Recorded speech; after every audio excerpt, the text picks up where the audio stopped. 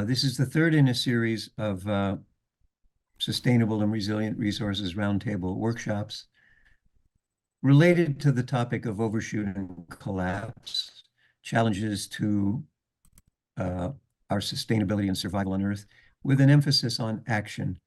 And today has a particular focus. It is 1 week after COP28 in Dubai. What happened and what's next? Again, with a leaning towards what action can we take, whatever our sphere of influence, individuals, communities, institutions that we're part of, citizens of nations, what can we do? What are the leverage points? We are hearing today from 4 people. I've sent the bios to you, so I will make a very brief introduction, and they can say a word if they like about what they're up to before they begin. But mainly, you've got the thumbnail, and you can find them on the web for their work if you want to connect with them. And we will be opening with Myra Jackson, who was present at COP28 as an NGO representative. And then we will hear from Bert de Vries, followed by Carl Hosker. Both of those scientists have at least 3 decades of experience working on climate change in depth, with many presentations, publications, etc. And they will emphasize the main points they have. And closing out will be Eva Gladek, who founded a very potent NGO called Metabolic, and has alliances with many others. She was also present at COP28. We have 2 opportunities for discussion. You can put questions, comments into the chat to the group or to people you'd like to contact. We have a respondent for each speaker who will make a very brief comment and then ask a question. And time permitting, the respondent will pull questions from the chat, or we may have an opportunity for 1 or so people to ask a question.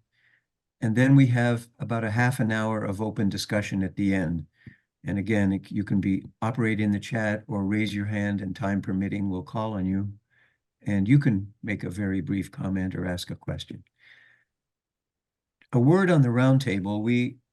We're a federal advisory committee group for many years. We started in 2002. Our main emphasis was on water, but we spread into general resources. You are in the roundtable now. The roundtable is the people, not a particular institution. We are a 501c3 nonprofit, very small one, and we have received funding from various sources on a small scale to hold what used to be live meetings around the country. And now we're doing Zoom. I hope to do some hybrid meetings from facilities that have a good camera and can do a good job on Zoom while we have small live audiences, and we may try that early in 2024. So thank you for being part of the roundtable. I am going to turn it over to Myra Jackson to open us up with sharing her experiences at COP28, bearing in mind the 2 main questions of our title: what happened and what's next. Myra Jackson, you're on.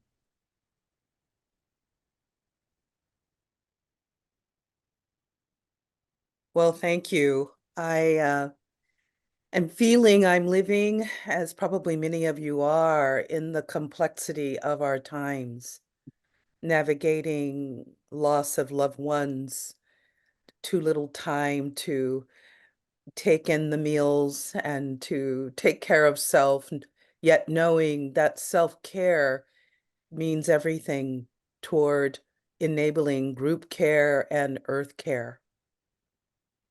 And so I want a presence that I'm in the mixed of all that today. Literally coming from a crematorium listening to students talk about their COP28 experiences through their assignments, and thinking about being here in this roundtable, and being here fully present and able to contribute to these two questions that we're carrying today. So I'm gathering as I am reflecting on my own inner state, and would like to begin with what I was paying attention to. One, I have many roles that I play in this 16th COP that I attended here in Dubai. I just arrived back from Dubai in the States late yesterday. And one was taking students into this COP experience with 10 other institutions of higher learning, and my ongoing role as a UN representative in this process and other processes on keeping track of the changes in law in support of Earth. And as I came in, I was paying attention to the UAE specifically as a host country. Given that in August, the meetings, the BRICS meetings did occur, and I believe there were 9 new countries that joined the BRICS, UAE being one, Egypt being another, Argentina, and a number of other countries in the MENA region. And the MENA region has been a focus for me. I've been focused on fresh waters, and I wanted to know if they were going to be able to hold to the goal as a MENA region player of being able to set a table in that middle road of bridging global north and global south. Because that was the stated objective of the MENA region, joining the BRICS. And so I know all of you know, because you're an informed audience, when I speak of the BRICS, we're talking about the central banking community of Brazil, Russia, India, China, and South Africa. And they have grown by 9 members. And there's a lot of story around all of that that I don't want to go into in this 15 minutes. There's much I want to relay. But one of the things I was curious about is if their stated goals, which were reiterated during the African Climate Week that was held before we came into this COP, of their plan to be able to show that the MENA region could be stable during crisis, that could become a midland bridging force. And I wanted to see if that would play out. And of course, before we arrived in Dubai, this war in Israel with Hamas had begun. And that could I was watching to see if that would disrupt the plan. Would the countries be able to keep stability, that we would all feel that we could arrive and hold the meetings and so on? And of course we did. And that, in keeping an eye on how well they would be able to learn from that which did not work as an organizational bit from Egypt, how much of that learning would they incorporate into this COP was very clear. Because going into this COP, UAE, the co-presidency, invested money in key areas that I think begin to answer the what's next. So I want to talk a little bit about that and then hit some of the other actions that took place within this actual COP and leave it to the other presenters to get into the meat of those areas that were outcomes of this COP. One, the UAE invested great money and they paid advisors salaries we've not seen, 100,000 plus, in the advisors that were helping this presidency, as well as a lot of good marketing. The investments also went into youth. For the first time, youth groups were sent to meetings to build for capacity building for 18 months in advance of this COP. Their travel and their expenses were paid. And that was to enable a group of youth to have a strong presence across all activities of the COP, not just on Youth Day, and but that they would have participation in all the key thematic areas and be visible at the COP in a measurable way. But you have to understand, here we're talking about a presidency that made that commitment, that financial investment. And that, I believe, is how they're looking at the future. The future being young, building relationships with that future, investing in that future. That stood out for me, as well as the youth that I talk with who had a chance to participate in that process. Now, remember, the Paris Negotiated Agreement has been able to activate since I think we got it going in Glasgow, officially ACE, which is the active citizen engagement piece of the Paris Negotiated Agreement. And so many are the focal points, the youth focal points are a part of ACE worldwide, and they were funded to participate in activities and meetings. So the youth investment, I think, will pay off and go forward. I could see how they also played a role in helping set an environment, an enabling environment where we were far apart to come towards some kind of consensus in the global stock take at the end. The other is the Majli, the display of a circle, a part of almost a echoes of the Talanoa that the presidency hosted, was a circle of trust, they called it, a form of building bridges across differences. Because remember, the BRICS countries in themselves are multipolarity group. Yeah, and the MENA is trying to show we can work across these differences. We can work across these varied interests. Did they show this at the UAE? Indeed, they did, I would say. What we also saw in the UAE as host is them rolling up their sleeves, a very actively engaged secretariat in the smallest details to the larger details. Now, I don't know if anyone was watching that particularly, but this is what my observing allowed for me to see. If I weren't watching for it, it would have all been missed. But in this particular timing of affairs in our world, where a new international order seeks to rise, I felt it important that I give some time and care to that in this setting, and it proved to be illuminating. So when we get to the what's next, and notice I didn't talk about all these other negotiating areas. I want to say to you, that's where I spend my time, is in the negotiations. My focus was on the global stock take and on specifically 6.8 non-market approaches.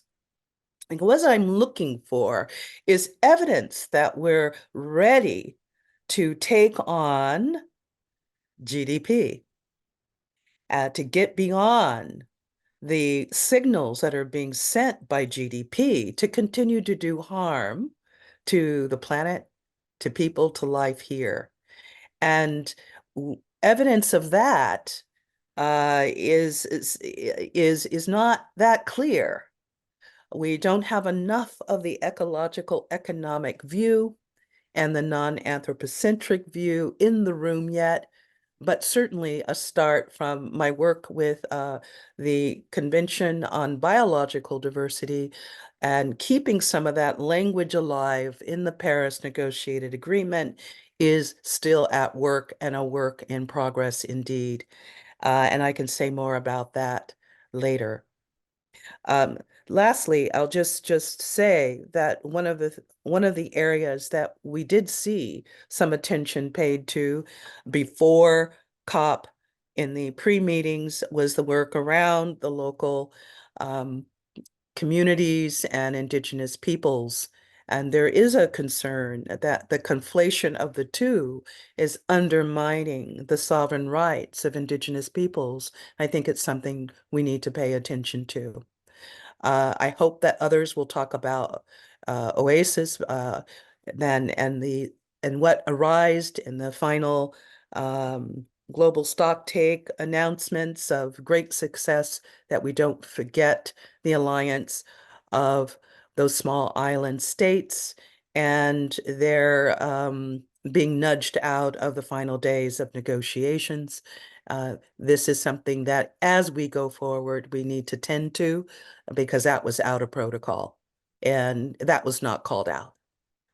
So in that, I will just bring my few bits of observations to a close.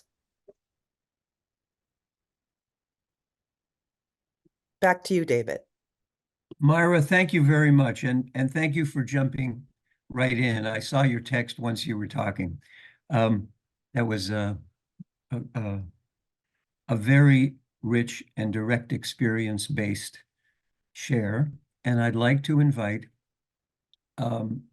your respondent to make a brief comment and then ask you a question. And it's Teresa Seidner calling in from Hopi country, from Haute-Villa. Teresa, you have the floor.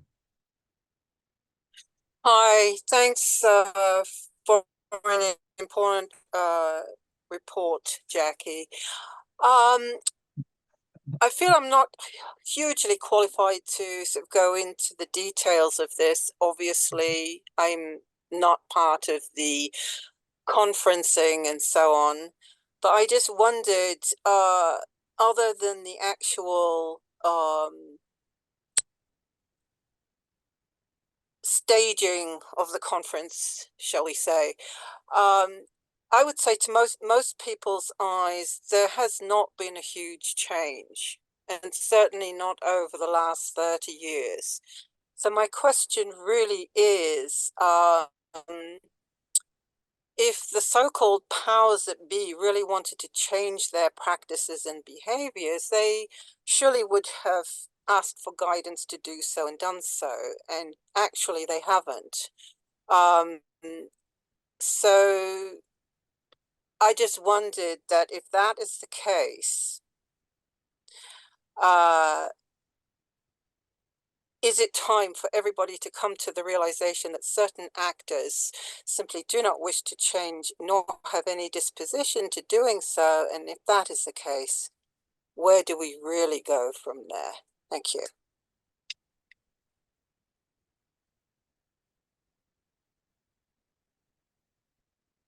Well, there's not a real answer to that, but your observation is spot on. It gets the attention of my students throughout the process, who only see a system that they see as colonizers still actively holding out for their own interest. And but what I will say is the science is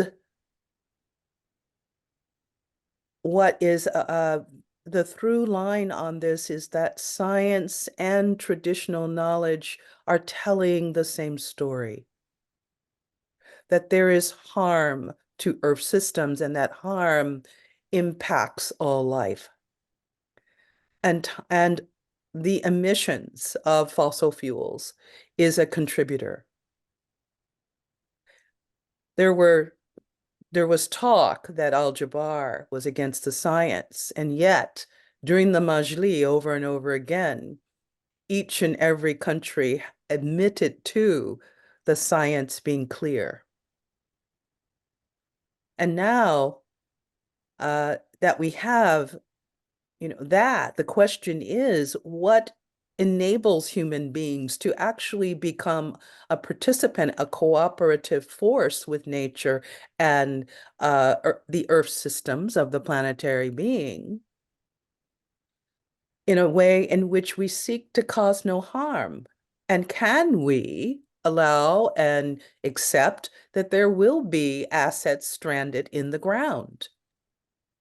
And this makes the case for what is the nature of a true asset? Can we reevaluate what assets are, what has value?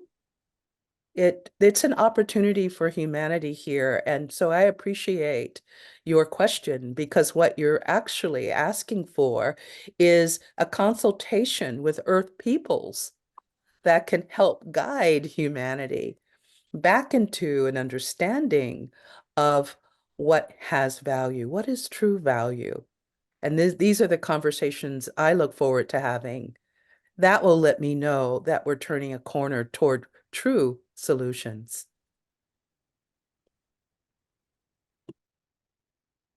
Excellent. Do we have any other questions either from another speaker or from a respondent? There's one in the chat, David. Or have you got one? I don't see the chat very well when I'm doing this. Anupam's Oh, comment. okay. Anupam, do you want to give your comment live? Yeah, thanks. Thanks, Myra, for sharing with us, the atmosphere and at the COP and the themes that were underlying it. But, particularly, I'm intrigued by the thought of what it would mean to abandon the 3 trillion which were invested in oil and gas and coal in 2023 alone. And what would be the kind of incentives that would be required for the oil and gas companies to abandon this kind of investment? Was there any thought or talk about this huge investment which has happened in just this 1 year and what it would take to abandon this? No, to be outright. And of course, we were in the same atmosphere as in Egypt and before, where oil deals were being made at a fast rate coming out of this COP. We're still in that reality. And this is what concerns those that are looking for real, true solutions. If we have the mechanism in this process to stop emissions, this is the concern. This is the question. Is the process going to work? And that is why there's a strong proposal of reform. Planetary Emergency Partners have placed before the COP, and it is still circulating, it is under consideration. 100,000 people coming to a COP understand what we had at the COP were overflow badges that were pretty much all represented by special interests. We had fossil fuel strongly represented in every room. It nudged out observers, and that was being dealt with in the first 2 days quite directly. The rooms need to have space for observers, and they were being taken up under the guise of party badges. So the answer is no at this point. No. John Wells has his hand up. That's clear. John Wells has his hand up. John Wells, go I ahead. do. I don't know whether this is worth mentioning or not, but I'm remembering 20 or 30 years ago, Bill Clinton, I think on David Letterman, saying he thought the oil companies ought to become major investors in solar. And maybe that's the last thing in the world we would want, but that's where the big energy money is. Wouldn't it be interesting if they could transition that to be big renewable energy money instead, with all that investment they have? I don't know if that's anything anybody would want. Certainly debatable, but it's an intriguing point raised by our former president a year or two after he left office. I guess that's rhetorical. Do you have a comment on oil companies investing in other forms of energy so that they use their capital and their organization to be part of the solution rather than part of the problem? Is that at all possible? We do know that they are, yes. The key is that the matrix that we have on investments, that they are, remember, I'm the engineer coming from utilities, okay? Is that the investments have a long shelf life before they pay off. Your break-even rates are 75 years in future. Mm. And that's where the whole conversation around the stranded assets is. It's really all we're really talking about. They are investing in the other. They want to have a position in those places. And that's a smart strategy. My concern more is that um, it knows how to advance itself. It knows how to stay alive like any organism. And I'm concerned about the capture. I'm concerned about capture of land that's happening now through debt. And that concerns me more than anything. People losing access to the lands they live on while we're trying to work this out. So to throw in another level of complexity into the equation. Well done. Do we have one more question before we move on to hear from Bert de Vries? I'll give one. Okay, Teresa, you're up. At what point, the question is, at what point does the whole system of business and money and numbers get made redundant? Because actually, what we're really talking about is numbers and more numbers and more numbers and investments, which are basically about reaping profit from not actually producing something viable except for money. At what point do we come up with something else that defines how this whole thing is going to be treated? Because as long as that is in there, it's not going to change. Thank you.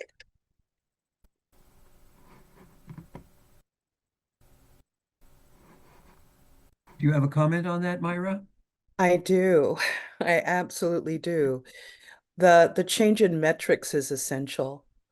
And my feeling is that we have lost a sense of what we belong to, of what has real value. We have placed a value on products, and consumption is, of course, a part of the equation, but everything is derived from the earth. So everything is derivative. And we place value on derivative, but not from the source that provides it. The care, the well-being, the viability, is it thriving? That is not a part of our equation. So this separation from the life that we absolutely are tied to, interconnected, interrelated, interdependent, is not a part of what we measure. If today someone asks you, what was the pristine nature of your watershed? We don't have metrics for that. So if we don't, I have no problem with measuring, but let us measure well-being.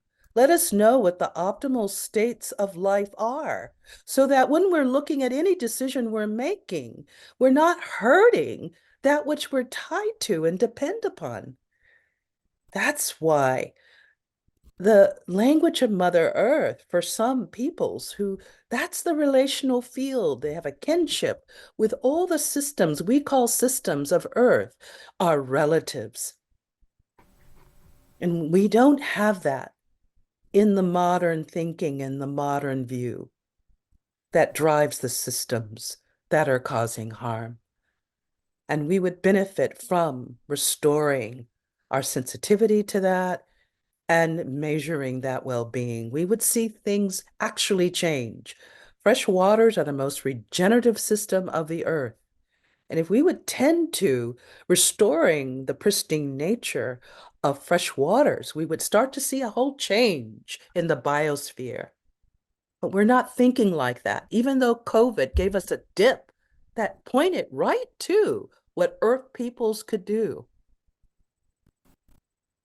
So yes, there is an answer. We're not, and this is why the consultation with Earth peoples would help us have a turnaround.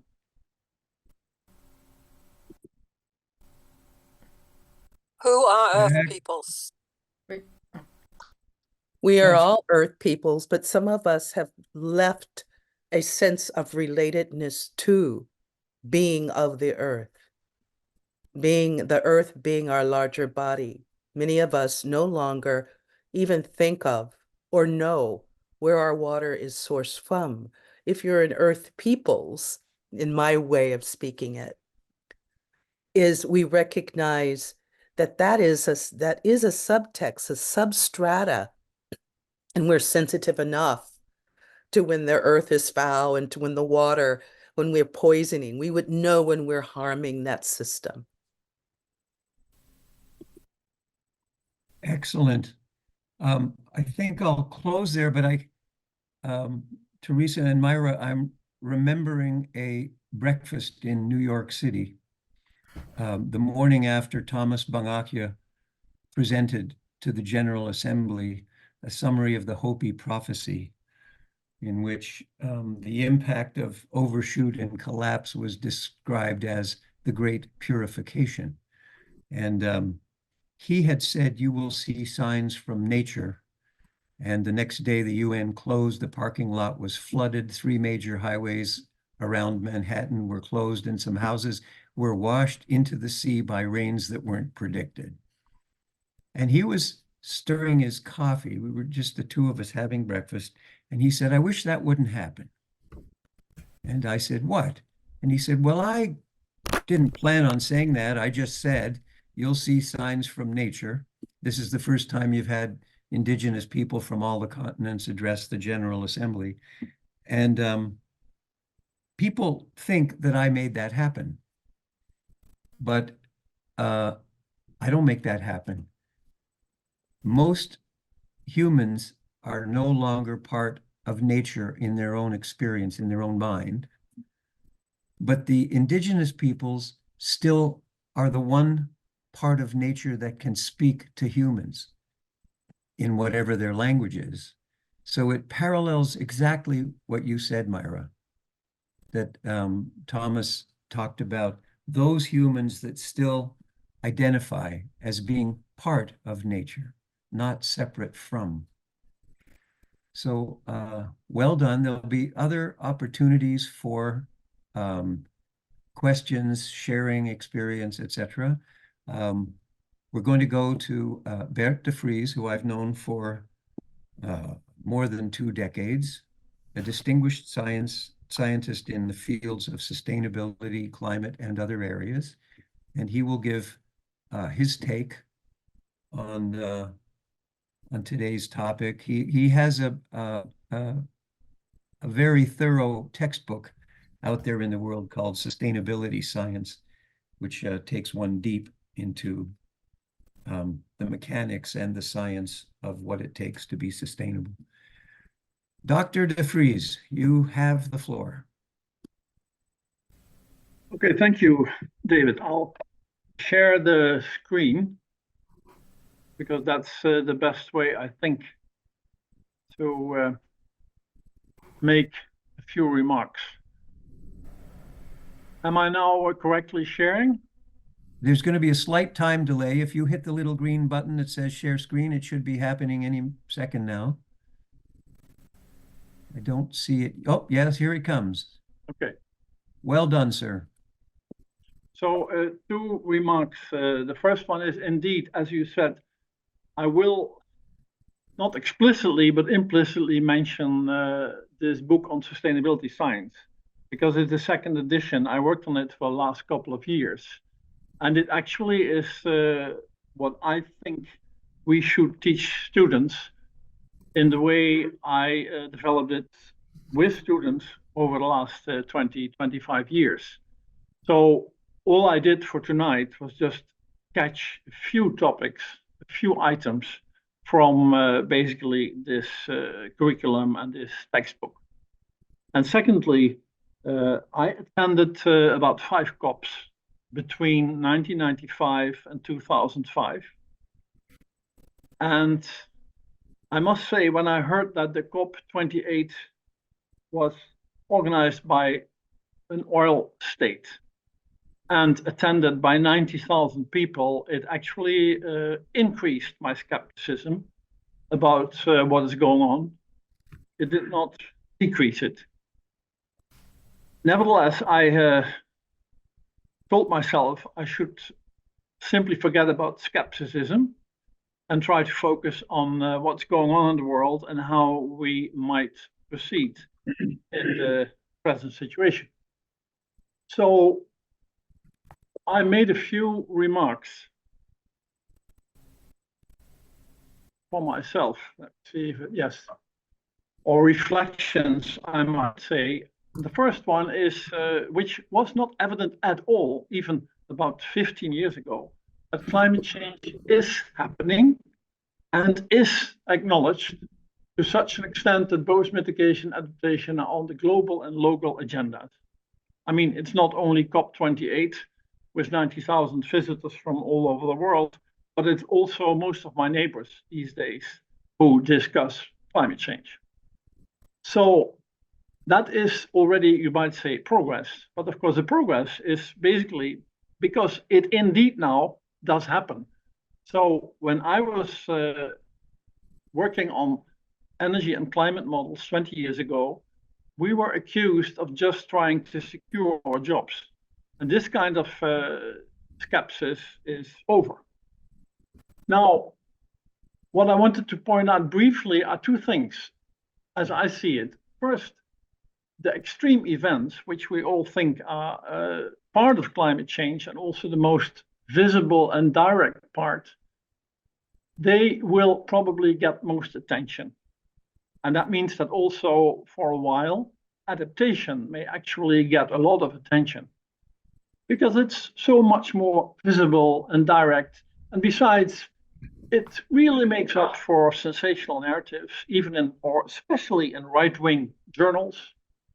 It is deeply related to issues of justice and inequality, which is a highly politicized item. And in all the negotiations, there is this uncertainty about attribution, because we should be honest here. I mean, we always had big storms. So the whole idea that the next storm is caused by climate change, anthropogenic climate change, is itself not immediately scientifically robust. And it's good to realize this because it means that you get diversions in both directions. I remember 10 years ago that people in Indonesia were telling me that now most storms were no longer attributed to angry gods, but to the Americans. And that's simple logic, after all, because now you have someone who is doing wrong things, like emitting carbon dioxide. It is changing the climate. So there you are. And of course, similar injunctions happen in the other direction. At the same time, having said this about adaptation, we also know that still the crucial thing from an action point of view is to reduce greenhouse gases. Now, this demands increasingly strong deviations from business as usual. And most people don't see this. Most politicians really love to keep promising that things will happen almost on their own accord, either by markets or by good people with good intentions. But the reality is, of course, that the so-called low-hanging fruit, which we had already in our models 20 years ago, has to a large extent been picked. So things are becoming more difficult. Many of you will know the examples. For example, solar energy, beautiful. But at some point, the system can no longer absorb it. And that means that you have a very severe planned system set up to deal with these side effects, which never happened so far, especially not after we privatized most utilities. So this kind of remark, or this remark, means that it also will run into political resistance and political temptations if we become serious, and we have to, about reducing greenhouse gas emissions much further than we have done so far. So these 2 points I wanted to address briefly, also in the way of a system dynamics model. I'll go very fast here. But usually with my students, I use causal loop diagrams in order to introduce at least some understanding of the major forces at work. And what we see, of course, is that we have an economy which is supposedly growing all the time, because that's what all politicians and all business people are telling us all the time. It's necessary. If you go into why it's necessary, it's usually because they fear social unrest from unemployment, and because they fear the possibility that capital can no longer make big profits. So having said this, it has an impact on population. And you should know that all the scenarios we have been using for the past 25 years all assume that rising income is the key to lowering population growth rates, mostly via female education. I'm not saying that this is the truth. I'm saying this is what we think is the truth. Now, having said this, you have this combination of population growth and economic growth, which tends to increase greenhouse gas emissions, which tends to increase climate change, which tends to increase a number of events which we may attribute indeed to climate change. This can be hydrological, meteorological, climatic. And these changes in turn are then measured increasingly and necessarily in terms of impact indicators. For example, how much money will it cost, this climate change? And there's a guy in Nordhaus who even got the Nobel Prize for extremely silly estimates of this particular variable. Then we have what we did already 25 years ago, detailed estimates of the number of people directly affected by things like drought, sea level rise, etc. And then one step worse, but also more sensational for many newspapers, is the number of people being killed because of these impacts. Now, having said this, what usually is neglected and only slowly coming up now is, of course, that you have the feedback from these impact indicators on economic growth and on population growth. And this is a very complex thing. In fact, we have to be honest, most of us don't know. And it's interesting for you maybe to read some of the discussions on the estimated cost of climate change, with Nordhaus being one of the lead authors, because the debate on this topic is extremely controversial, polarized, and confusing. In my view, what we will see is that this rise in economic activity and population growth will, of course, be dependent on a number of issues like coping behavior, coping adaptation, coping capability, which in turn depends on things like income distribution or poverty. This is defining, to some extent, the vulnerability of the people who are affected. And of course, climate policy will increasingly perhaps focus on trying to accommodate these impacts. So in fact, our task is becoming much more heavier. Look at the debates on the financial fund to support poor people. This is all taking a lot of energy in the whole debate, but by now it's inevitable.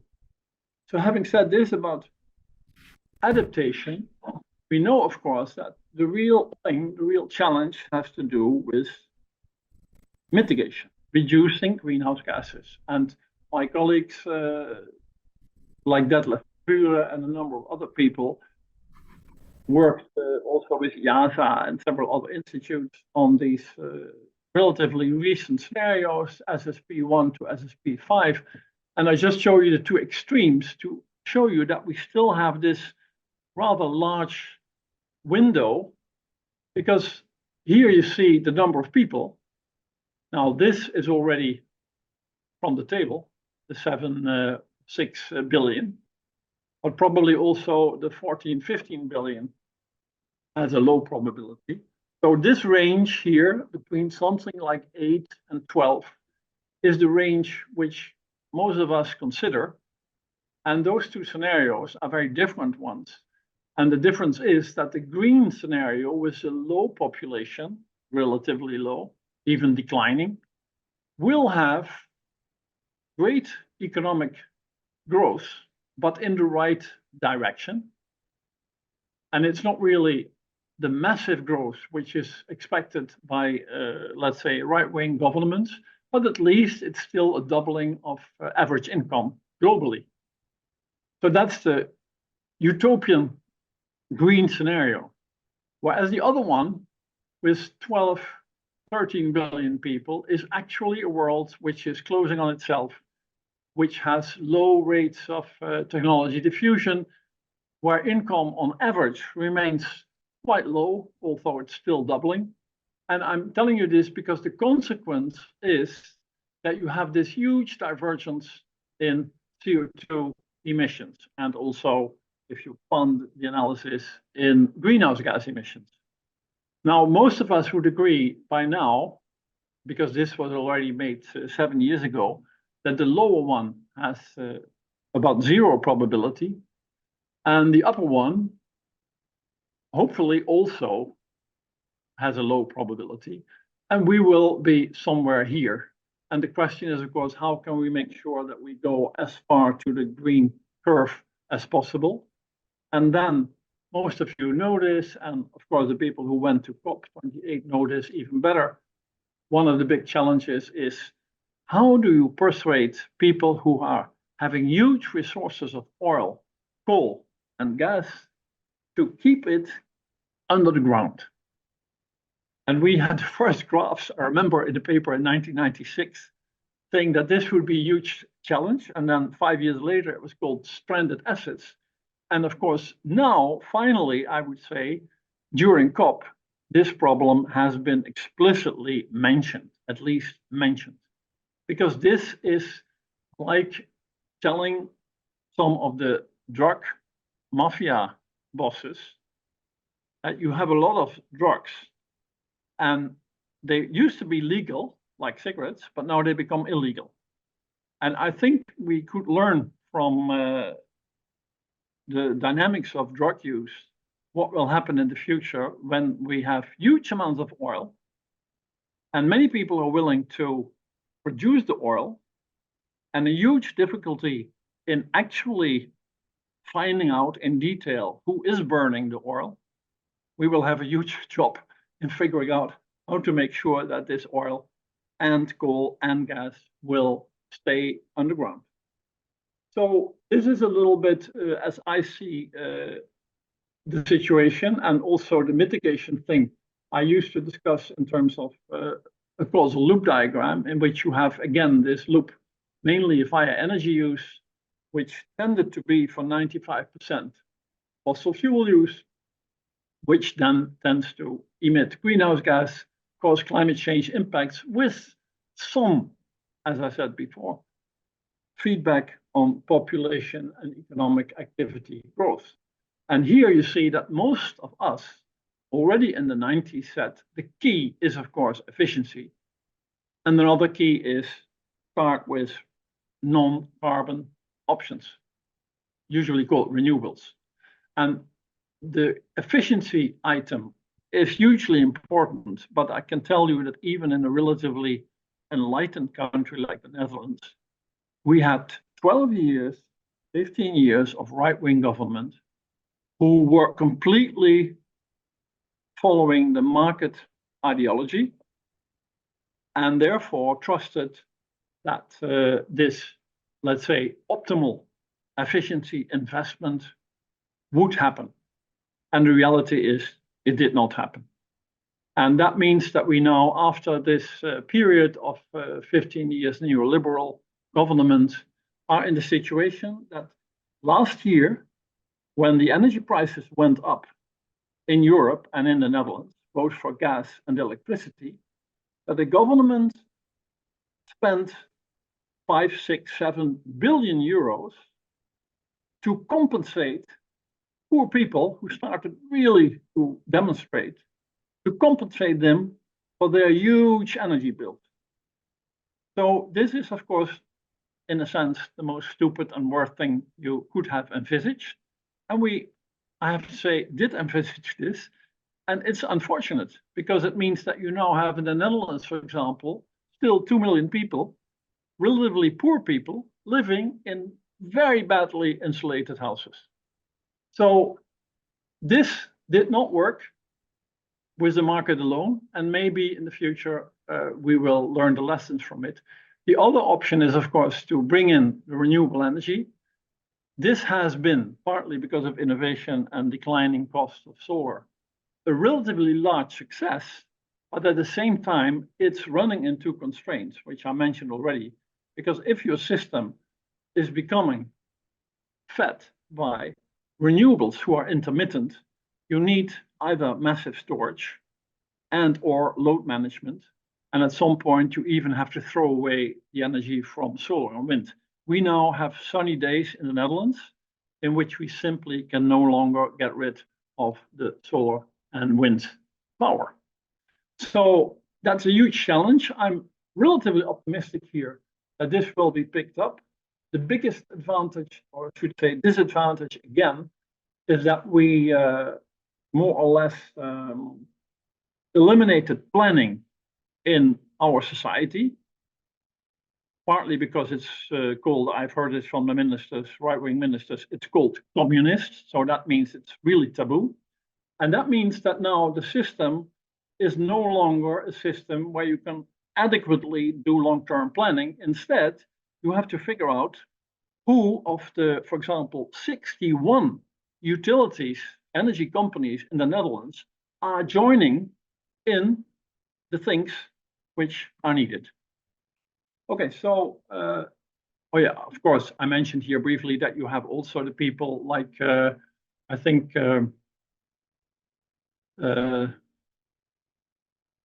Bill Gates and Elon Musk and some others, mostly billionaires, who really enjoy the geoengineering option. And then we have a number of people who expect a lot from carbon storage. I'm not sure the carbon storage option may be useful in the future at some point and probably will be used to some extent. The geoengineering, I think, is so full of complex issues that I can't imagine that it's going to help us. Okay, 5 more minutes. The essential pathway, as I see it, is between more equitable and long-term well-being for many, with low growth and average disposable income, further short-term focus on economic growth and erosion of long-term average disposable income. I'm basically just repeating here, and I know I'm sounding a little bit like a déjà vu old guy, but nevertheless, I picked up a graph which we published in 1997 as part of this book. And basically what came out of our discussions and modeling simulations is that you have two options. One is that you have an individual market-oriented world in which you go for economic growth with short-term incentives. And that world will have indeed, maybe until 2040, 2050, a relatively high economic growth rate, measured here in GDP. The other option is that you start to invest early on in going into more sustainable directions. And then you see that for a while you have a low growth rate, but at some point in the future, the two may start to meet. And I'm not pointing at these particular results, but what it does show is that either you promise people that their income, and especially their disposable income, which is the blue curve here, will keep growing, But by not taking care of many of the things, including climate change, which are actually destroying the life support system, this income cannot be sustained, and certainly not the disposable income. And on the other hand, you have the people who want to invest now, and therefore disposable income will already have a modest growth, which is politically almost an impossible message, especially if you have a highly unfair and inequitable distribution. But of course, it is the road to go if you really opt for sustainability. Someone, I think Mira mentioned already that we need other measures. And I just show you here one graph from the book, which I got from a colleague of mine here in Utrecht, where they introduced, besides GDP per capita, 6 or 7 other indicators. And they made some kind of a linear combination of these indicators, and they applied them to statistical proxies from 1800, 1820 onwards. And this is a long story in itself, but I want to point out just one thing. Oops, it's not here. Just one thing, which is, interestingly, that the rich countries are actually the ones who see no longer a real growth in, let's say, sensible, broad well-being. But the poor countries do and did over the last decades. And this should be a lesson which we still don't want to hear in the rich West. Namely, that in fact, we are beyond the growth rate at which you still become more happy. We now face more political issues like redistribution. And if we do this, then at the same time, these other people are still in many places outside the rich countries, especially the rich West, are still enjoying a real increase in income. For instance, because for them, it is about better health services, better educational services, better mobility options, ICT, etc. So this is something I think is worth mentioning.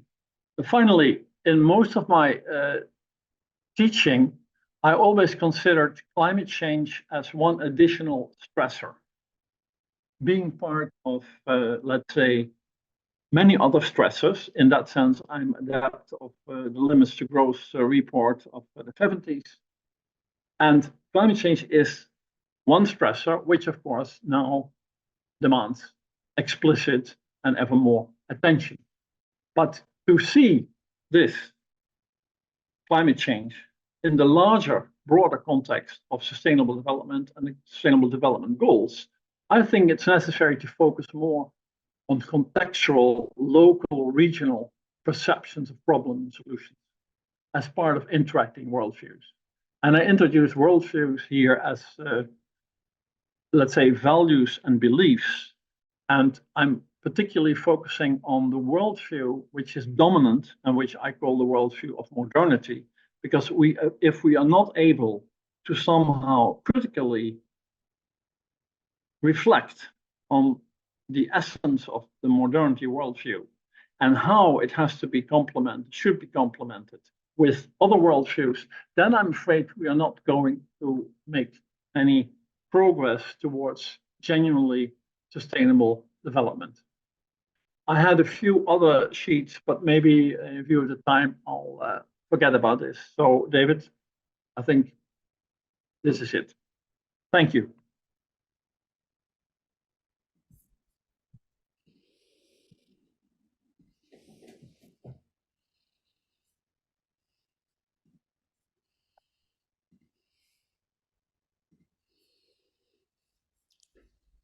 Hi, I'm Mariana Grossman. Hi, And Marianne. I get to be your respondent. Thank you for the clear models and explanations. And in a second, I had my, okay. And a couple of questions come up for me. One is that the time frame of business, in my experience, is very short. It could be a period of 2 weeks, could be a quarter, could be a year, but at least in the US, it's typically not much longer than that. For politicians, it's usually until their next election, if it's 2 years, 4 years, 6 years, whatever the period is. And to really address the kind of systemic change that you're describing, we need to have longer time frame or a bigger circle of interest, like me, my family, my neighborhood, my community, my world. So how do we transcend those time barriers and barriers of kind of who self-interest? Myself, just me, or is it a larger we? Well, a somewhat formal answer is that when I discuss system dynamics with students, I always focus on the notion of a system boundary. And you have many examples. You only have to watch people in the street, and you simply see that some people just throw their stuff on the sidewalk, which means that they have, let's say, an extremely narrow system boundary. And if you have a couple of people doing this, it's solvable.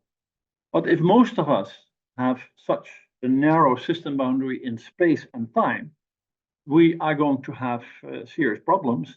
And of course, our worst scenario was always that if complexity and uncertainty increase, that actually people tend to close themselves and have even more narrow system boundaries.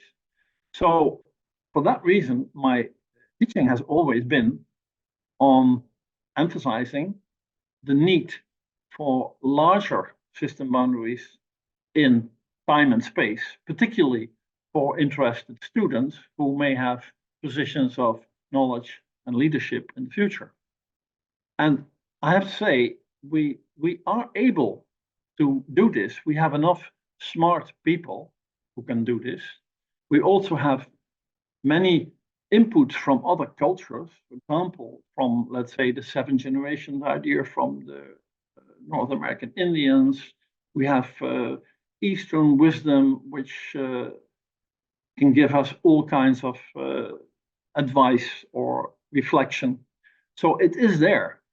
It's just that we have, in modernity, institutionalized the worldview, in my view, which is now, especially with capitalism, so inherently in its mechanisms focusing on the short term, that we see this tension here between the real world, where you have the people who make decisions also about oil, coal, and gas, which usually serve short-term stakeholders, shareholder interest, versus many of the people I know in NGOs, CSOs, who are much more interested in this broader horizon. We think it should be about stakeholders. We think it should be the longer term. And of course, how this balance will work out over the next decades, nobody knows. But I'm a little bit concerned, given the election results in the Netherlands, which we now have a relatively extreme right-wing party being the biggest party in the Netherlands, that we have to be aware of this, and we have to have maybe analysis and battles about this, because we have the options to counteract these short-term mechanics and dynamics. But it's really a matter of power and fight. So that would be kind of answer. Thank you. David? Very good, thank you. Anupam has his hand up, and I had a funny happening because right when you were ending, Bert, there was an impossibly loud fossil fuel-driven leaf blower outside the window you can see behind me, and there's no way you would have heard anything I said, so I ran out and found a common language and got him to walk away a bit. Anupam, brief question, brief answer, and then we'll move on to the next speaker. We're slightly behind. Thanks, But that's David. one more. Thanks, Bert. Always a pleasure to listen to you. There's so much you evoke in terms of questions and understanding every time I listen to you. So what really struck me is, is it really about the short term, medium term, and long term, as much as what are the feedbacks that drive decisions? So an investment manager who's going to be assessed based on return on investment is never going to look at anything other than the return of investment time frame of maybe a quarter. And I think Mariana put very well that, you know, there are different time frames which are used by politicians and by business people. And within these time frames, there are these feedbacks which are important. And for instance, in 28 years, we haven't given any device in the cars to allow us to see how much carbon we are producing. So we can't react to the carbon. We can only react to the fuel we burn. But why would we if we want to drive around and reach a destination? So are we ignoring Donella Meadows' insights into places to intervene? Your comments? Well, if I answer your question in terms of worldviews, I would, of course, take, in first instance, the modernity worldview, which simply says, okay, bigger prices, higher prices.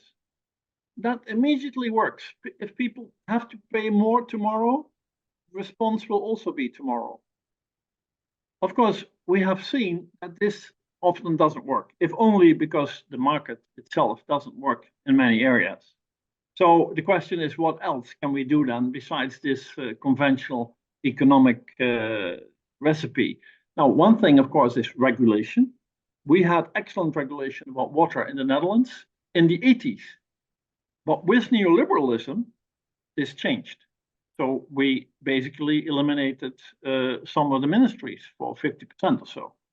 So we have to go back to the option of regulation and then somehow confront the fact that many people, partly induced by, I would say, right-wing media, are now feeling almost every measure as a matter of indictment or intrusion into their liberty, into their freedom.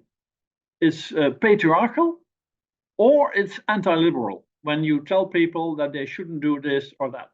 So we had discussions here in the Netherlands. Please stop flying all over the place. Please don't allow too many private jets on the national airport. And it's immediately becoming a highly sensitive, value-laden issue. So the problem is indeed, we have in place a number of feedback mechanisms within modernity and capitalism, which to some extent work occasionally, example with innovation, but often do not work. We have to admit they sometimes do work, especially in terms of high tech, but they often also do not work, especially not in terms of changing behavior. And my answer has always been that it means that we have to learn from other cultures, other countries. Usually, you might say whatever you think of the Chinese, but they know how to plan. We have indigenous communities. You may say what you want from their low level of development, as we usually see them in modernity, but they have age-old, proven ecological insights. So there are sources of, let's say, wisdom and practical political practice, which could help us. But we have to work on it and see if we can get them into the normal dynamic of what we are doing. Brief answer. Dank u wel, Bert. Very well done. And as usual, I feel after you give a presentation that I've stretched a little bit in my brain and my mind, and there's a lot of data. So I'm glad we have a video for people to check back, and we will have a short summary proceedings document that will be on our website in a few weeks. So thank you very much. I'd like now to welcome Carl Hosker, who's been a friend for a very long time, but this is the first time he's been on a roundtable call, and I appreciate very much you being willing to do that, Carl. Carl is a senior scientist at WRI, and he's been working on climate change and other issues related to sustainability environment for 30 years, Carl? Plus. 30 years plus. All right, take it away, Carl. No, I'm good. I'm sorry for the delay. All right. All right. Okay, Thank thank you. you very much, David. All I'll right, try bye. to move through my presentation fairly quickly. I know we're short on time or running a little bit behind. Title of my presentation is What's Missing in the Intergovernmental Panel on Climate Change Summary on Mitigation. As many of you know, the sixth assessment report was concluded early in 2023, covering science, impacts, and mitigation strategies. And the key message I'm going to give to you today may or may not be welcome by some of you.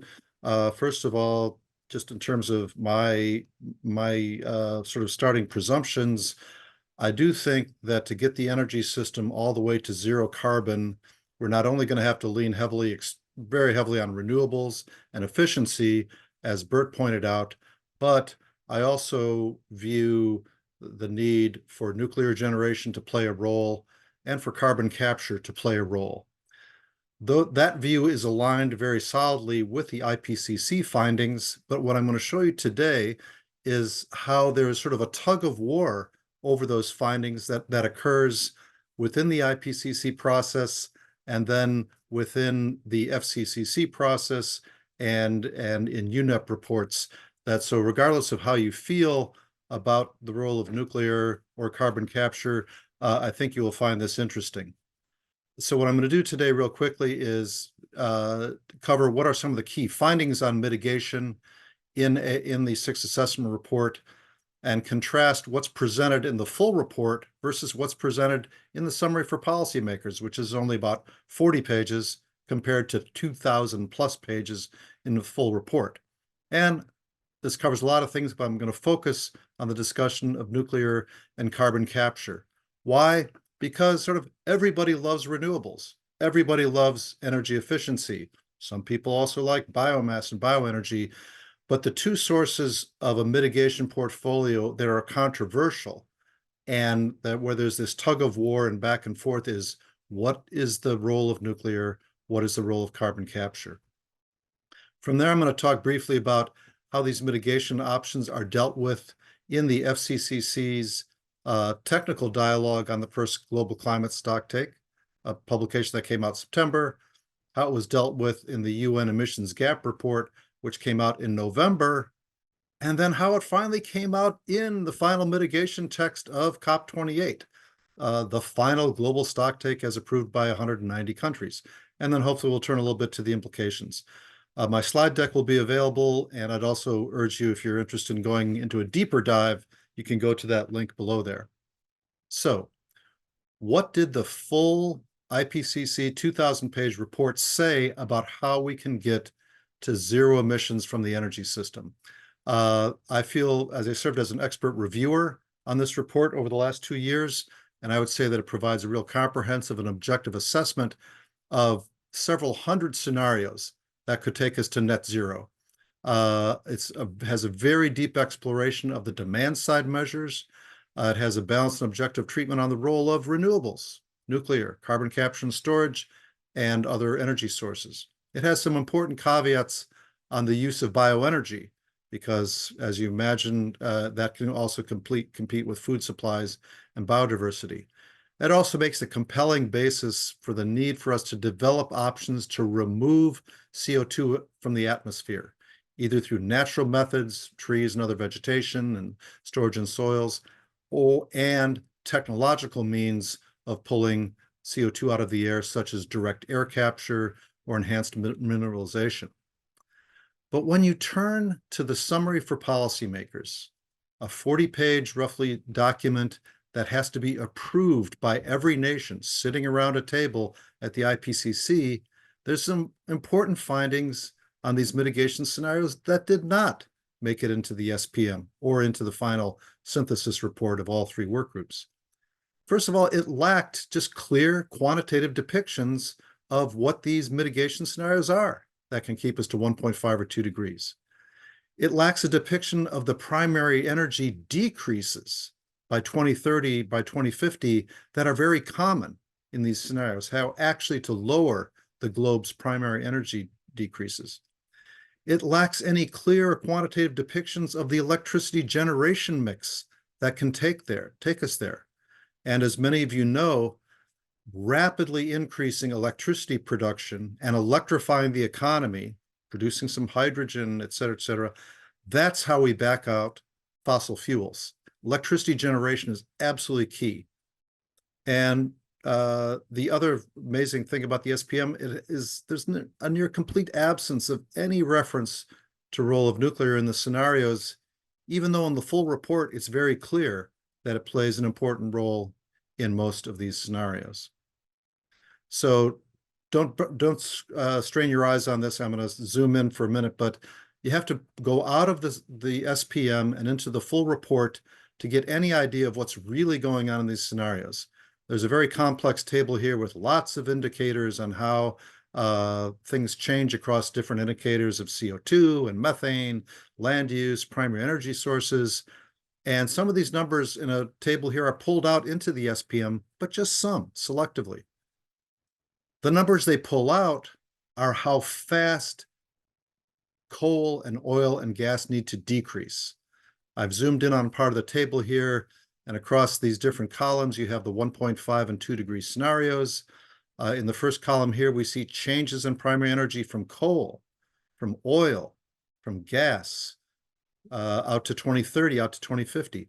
And this shows how in all these scenarios, coal use has to plummet over the coming decades, like by 95% by 2050. And these parentheses show sort of a bracketed interquartile range. Oil use has to plummet by roughly 60% on average across these scenarios. Natural gas use has to plummet. And these numbers were pulled into the SPM, but what they didn't pull in is what replaces it. You have to go a little further down in the table in the full report to see what energy sources increase. And again, here we have primary energy increases from zero carbon or low carbon fuels like nuclear, modern biomass, or what they call the non-biomass renewables. And this is solar and hydro and wind, increasing by over 700% by 2050. This is the rapid growth we need to get on renewables, which we're having some success at.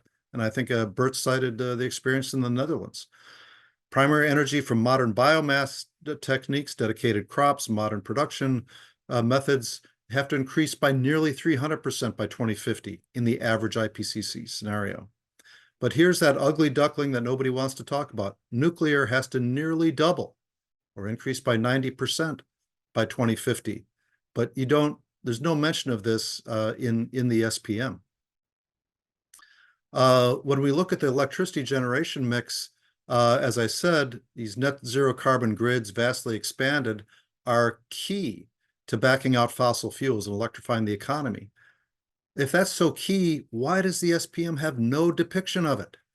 They simply note large decrease in solar and wind costs over the last decade, which is great, and how grids with high penetration of solar and wind are becoming increasingly viable.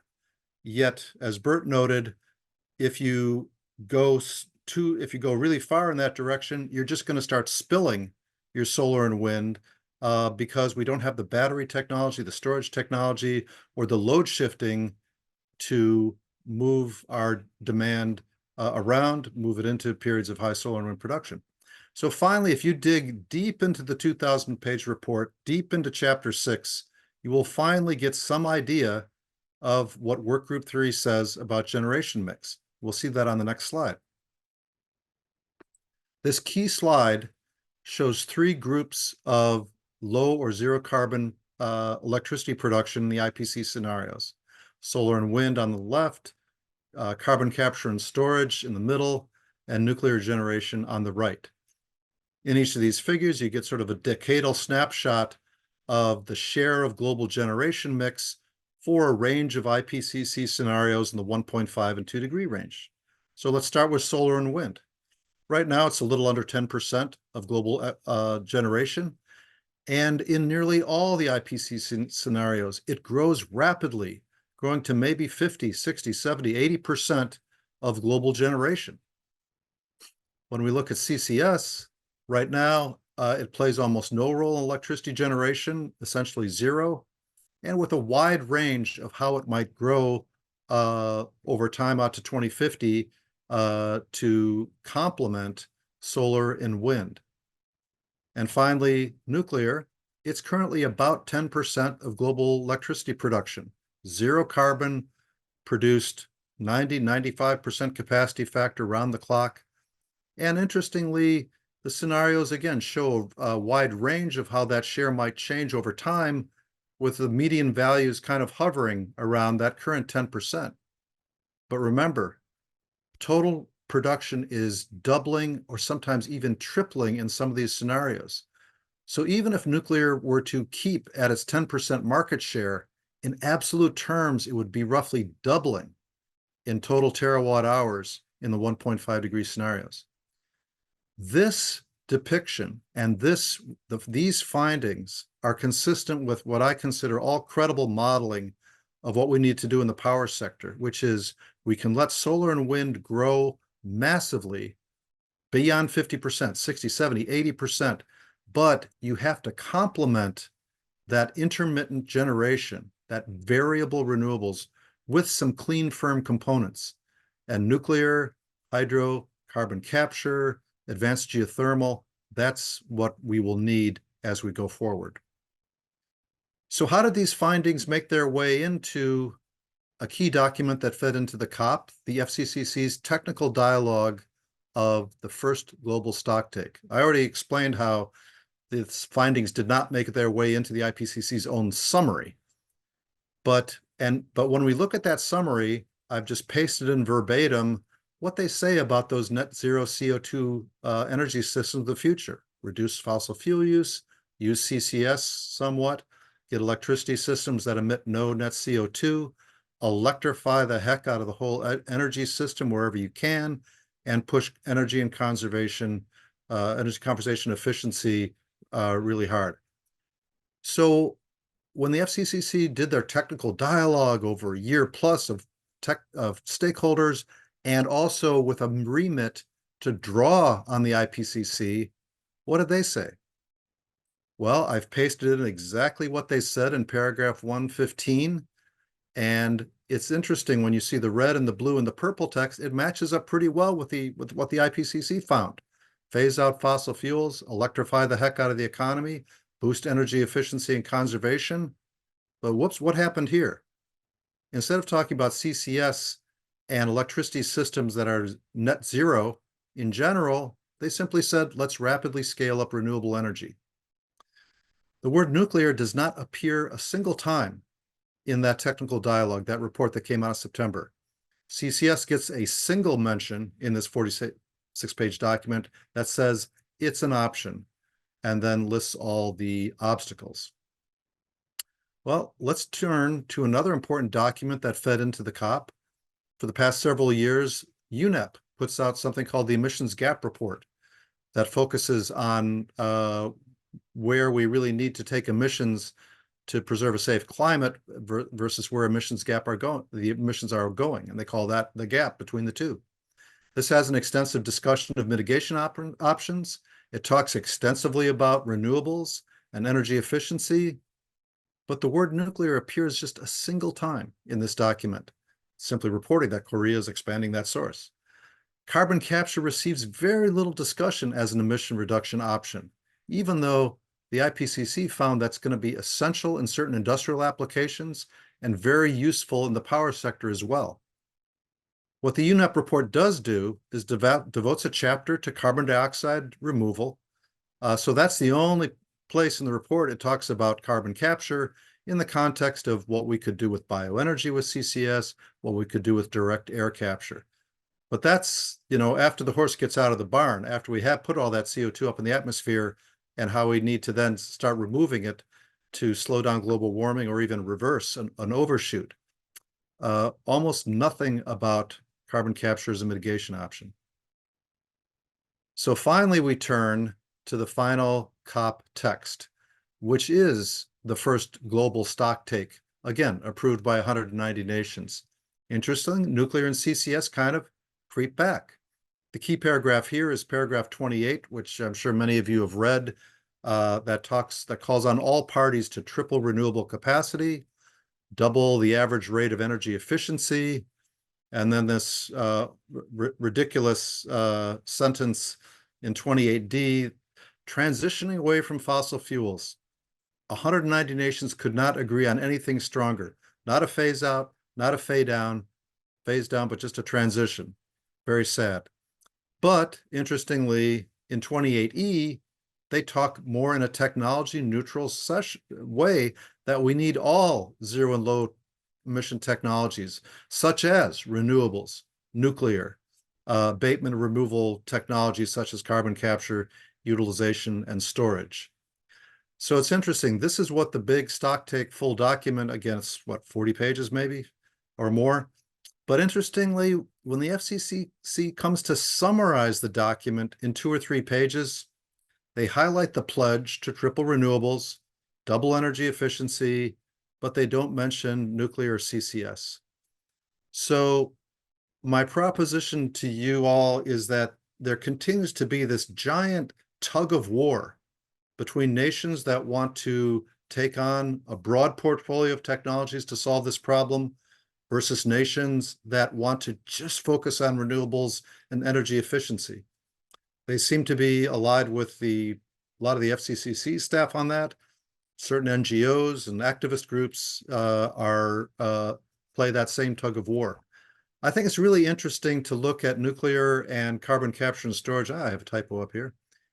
In the long-term strategies that nations submit to the FCCC, laying out their visions of how to get to net zero. My institute reviewed the first 29 of these submitted. 18 countries said they plan to use CCS.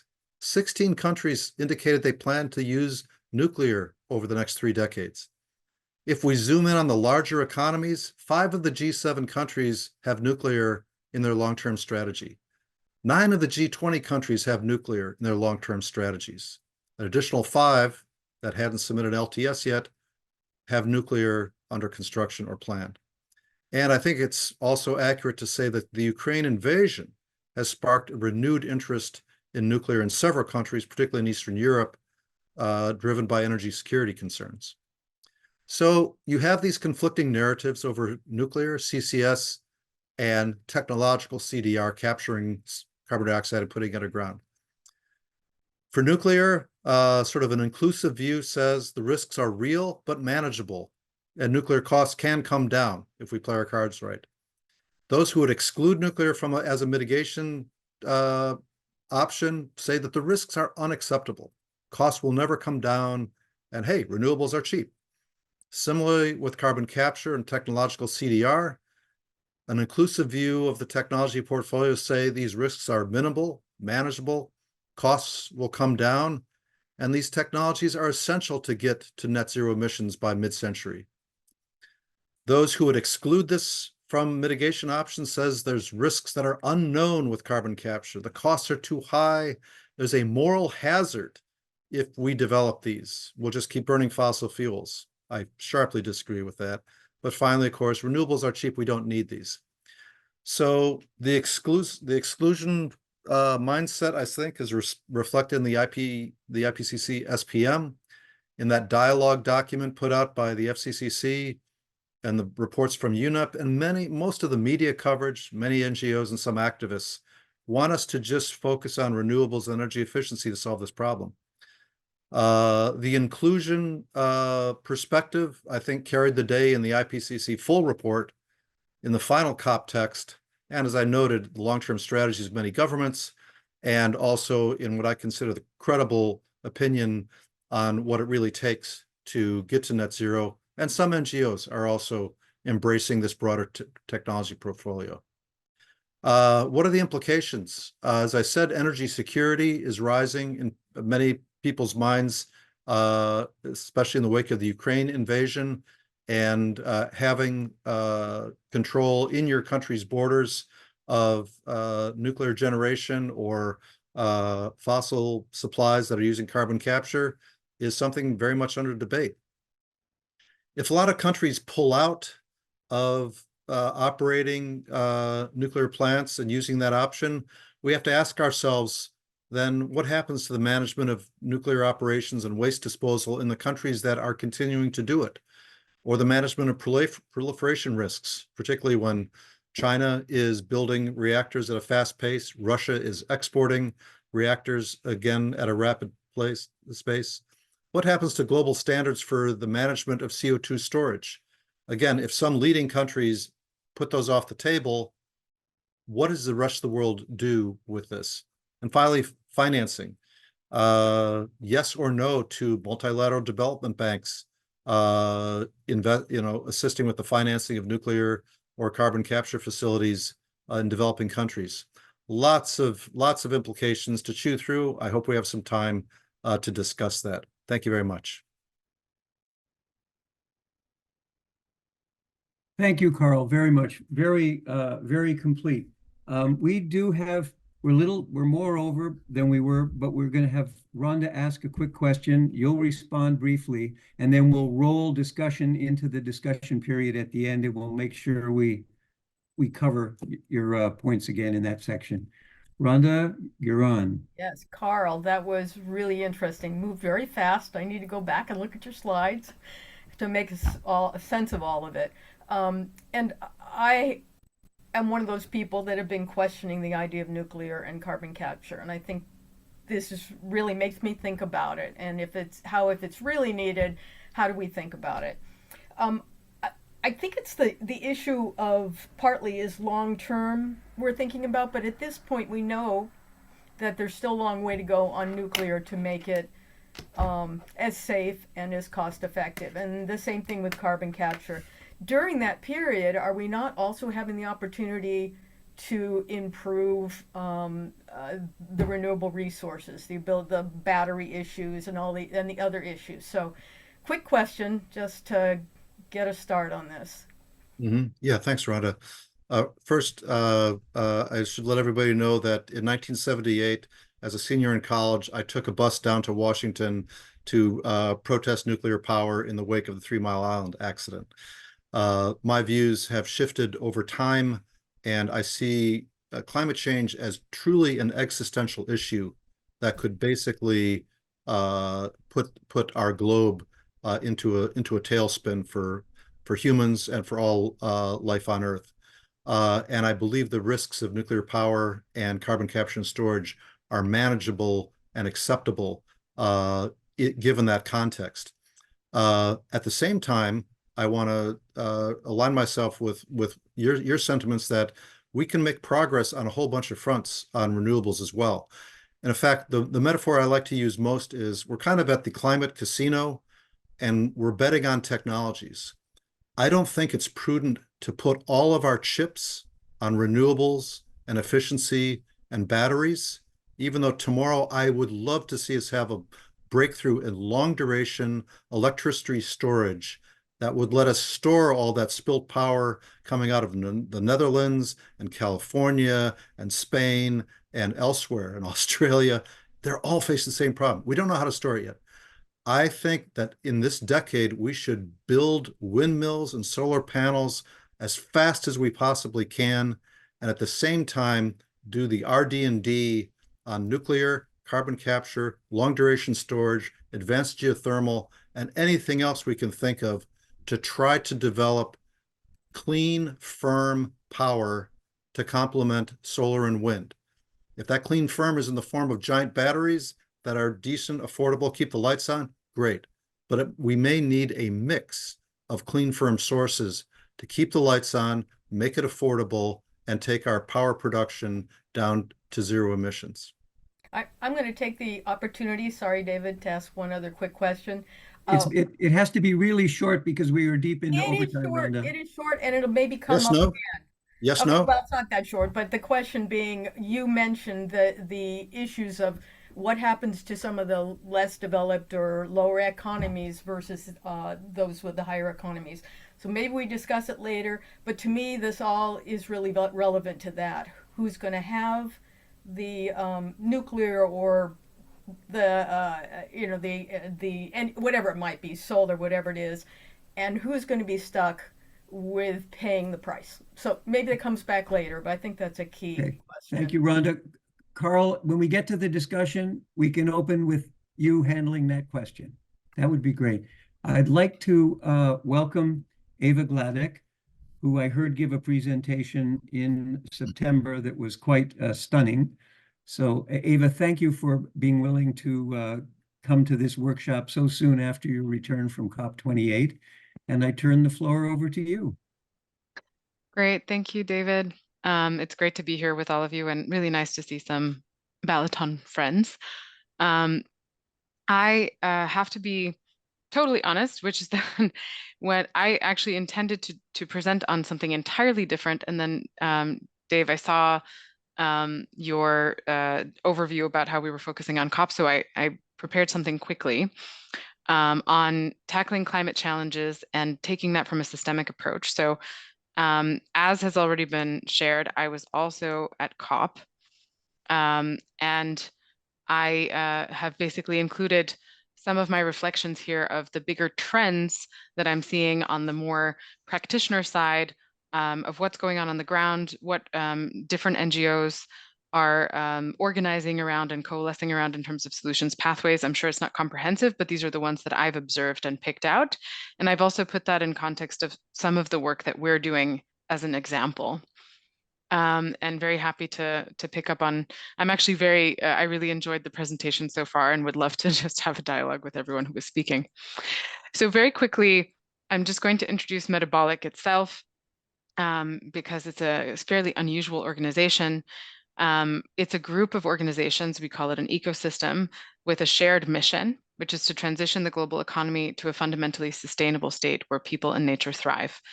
We obviously are not doing that alone. We're prototyping in many ways the kind of process from systems analysis through finding leverage points, through taking action, modeling different types of interventions, and then implementing that, and then putting that, basically trying to scale the pathways that work.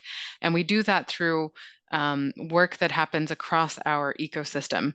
So we have 5 core entities: a consultancy, a research institute, a software company, a foundation, and a venture building arm. And around this, we have different ventures that we've built, including some that are tackling very specific areas of leverage, like Spectral, our energy company, is working on frequency control regulation and managing super large scale batteries in the Netherlands, where we're based, to stabilize intermittent sources of power on the grid. So very relevant to some of the things that have just been raised. The work that we do is characterized very deeply by being grounded in systems thinking and in science-based approaches. And everyone is required to read Danella's 12 Places to Intervene as a kind of starting intro when working at Metabolic, just as an FYI, along with many other papers. So we deeply believe that a new economic model is necessary, that we have to ground our work in systemic thinking. Otherwise, we approach things in siloed ways with limited impact. And we look at ways to address systemic change through a set of diverse solutions, which is also why we have this ecosystem model. I'm going to skip these things to get to the meat of what I'm sharing. So I heard you say, Brett, that it was also that you had been to COP 5 times. This was also my 5th COP, spread over a shifted time period, starting at COP 15 in 2009, and then ending in this COP. So for those of you who have never been there, the COP is like an onion at the very core. And Myra, I sadly didn't hear the beginning of your presentation, but I don't know if you talked about this, but at the core you have the blue zone where the negotiations are, and this is a closed system. And then around that you have the green zone, which some years is pretty much nothing, but this year was like a huge Disney World attraction with all sorts of pavilions and crazy things going on. And there are lots of different side events. Everything is organized around these thematic days. And then all around that, you have multiple conferences ongoing, some focused on biodiversity, some focused on finance, et cetera. We went with a fairly large delegation. We had several events that we were co-hosting in various parts of the COP. And even though we're not really deeply involved in the Blue Zone negotiations, we were part of these peripheral groups that were influencing to some extent the negotiations as they were going on, including signing various letters that were trying to raise the level of ambition. So what I wanted to share with you all today is just these five sort of trends that I've seen in these from the practitioner lens of the systemic approaches to tackling climate challenges that seem to be gaining traction and a lot of attention and energy. So I'm going to share them here, and then I'm going to go through each one with a couple of little illustrative examples. So the first one is radical collaboration and symbiotic partnerships for systems transformation. Radical collaboration is probably a term that you hear popping up quite often in the NGO space.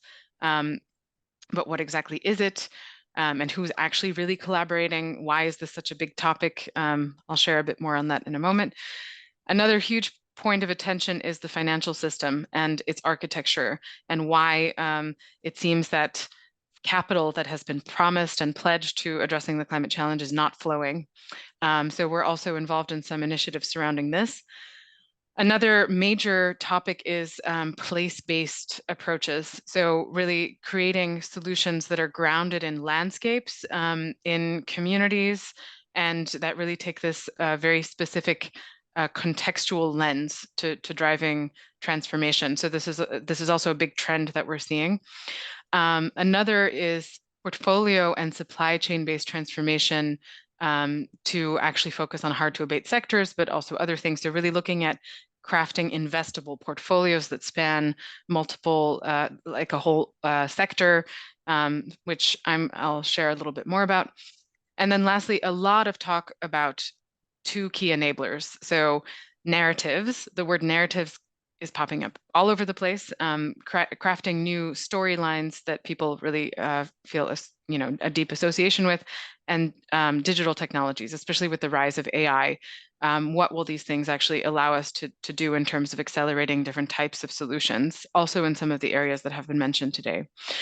So on the topic of radical collaboration and symbiotic partnerships, I wanted to mention an initiative that we're part of, which is called the Systemic Climate Action Collaborative. It's this group of 15 organizations, and we are working together on a completely different approach. The idea is that the way the entire sector is working forces us to generally be very project focused, seeking funding to take action on very specific siloed initiatives. So we're fragmented. Also, because we're small organizations, we're not really generating the critical mass. And when organizations do collaborate, it tends to lead to lowest common denominator results, where rather than putting in their best effort in joint projects, organizations tend to save that for the projects that they're doing individually, where they get all the credit, et cetera. So there are all these dynamics at play that actually prevent real, genuine collaboration from occurring. So we've taken a biomimetic approach to design, using examples from natural systems where mutualistic symbiosis occurs, to actually craft a new model of collaborating that we believe will allow us to actually break through the silos of working together. And this points to, we're trying to model it on ourselves, but then to create this template that can be used in perhaps like sectoral collaborations and other areas, because we keep hearing that actually many of the solutions are ones that we have. It's just that we really struggle as humanity to make decisions collectively as a group. We hit these different ego problems, organizational immune systems. So how do we actually break through those particular challenges? So the next point, re-architecting the financial system. At COP, there were announcements in half a dozen places about new loan guarantee funds that were being put forward, or other types of initiatives really playing with financial instruments. And I put a comment in earlier about my concerns around monetizing nature, but there's a huge movement going on to basically create asset classes on the back of natural capital. And there was a lot of discussion on the voluntary carbon market, and the fact that there are actually even shortages of carbon credits. Also a lot of discussion around the scandals that have happened in that market over the last year, particularly with South Pole. But then there's this whole thing opening up around biodiversity credits. And in my mind, not enough attention being paid to the risks associated with that and the kind of moral issues with it. You know, what is the value of the existence of tigers? There are things that are very, very difficult to attach monetary value to, and there are also things that really shouldn't be traded for one value for another. But the bigger issue is around the bigger capital blockage. So we have a huge amount of capital that has been pledged. So at COP 26 in Glasgow, there was the GFANS initiative, which announced at that COP that 130 trillion US dollars of capital would be made available for the transition. And since then, a very small amount of that has actually shown up in any meaningful way or been spent. Actually, for a long time, we were only hitting around 500 billion a year in investment, which means that out of the 4.5 trillion or so that the UN has estimated we need to spend each year, 2022 was a record year with 1.27 trillion spent toward climate action. But that still leaves a massive deficit and a growing deficit. Now, there are bigger questions around why is this capital not flowing? But the biggest one, the biggest answer comes down to because most of the investments just don't make the types of returns that investors are hoping to see. They're still geared toward really expecting the types of very high return, low risk investments.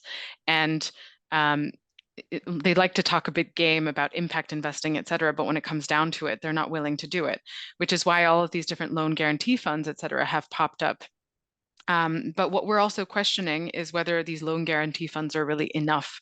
What we're missing in many cases are fundamental shifts in our value system, as have been discussed earlier in Myra's presentation, but also, the creation of the enabling conditions for a lot of these different newer, more transformative initiatives that need investment to be invested in. And of course, we do need the large scale capital going into energy transition, et cetera.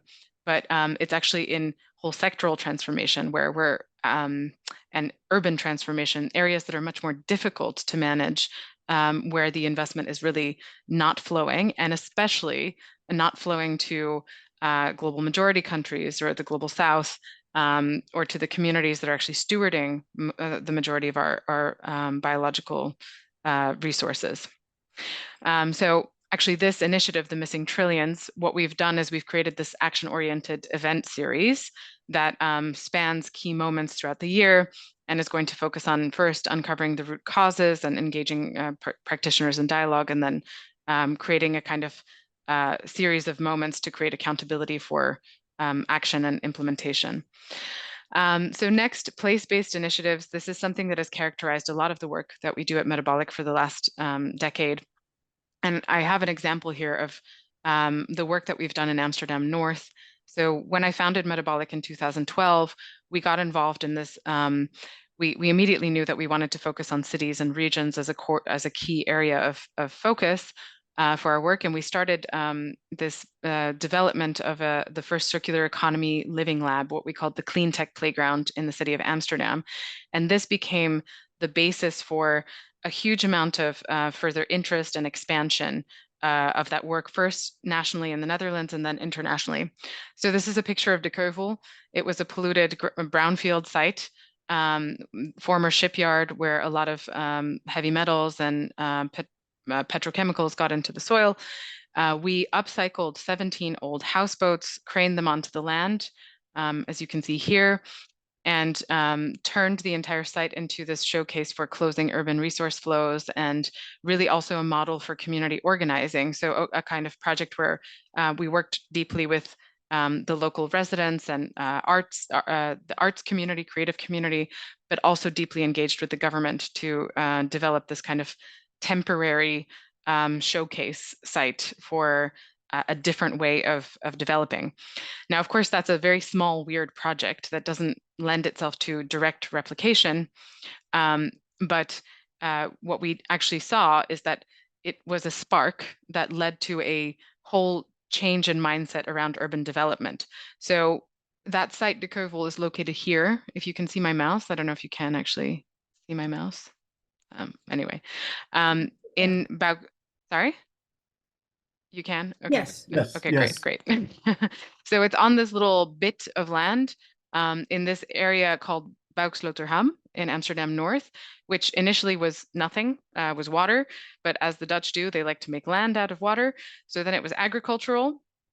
And then it turned into heavy industry. So this is a picture of what it looked like in the 80s.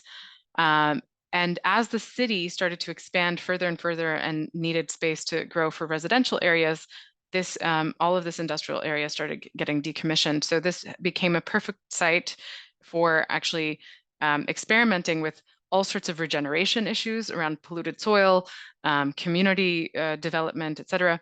And so the city asked us to develop a whole strategy for circularity for this broader area. That has resulted now in over 35 different projects being developed with the ambitions of being fully circular and net zero, and the level of ambition going up massively. It's resulted in us getting involved in policy transformation for the city of Amsterdam. And also this has scaled into copycat projects and larger urban strategies across the world. So we've been now engaged with over 200 cities in replicating the lessons of this in other contexts.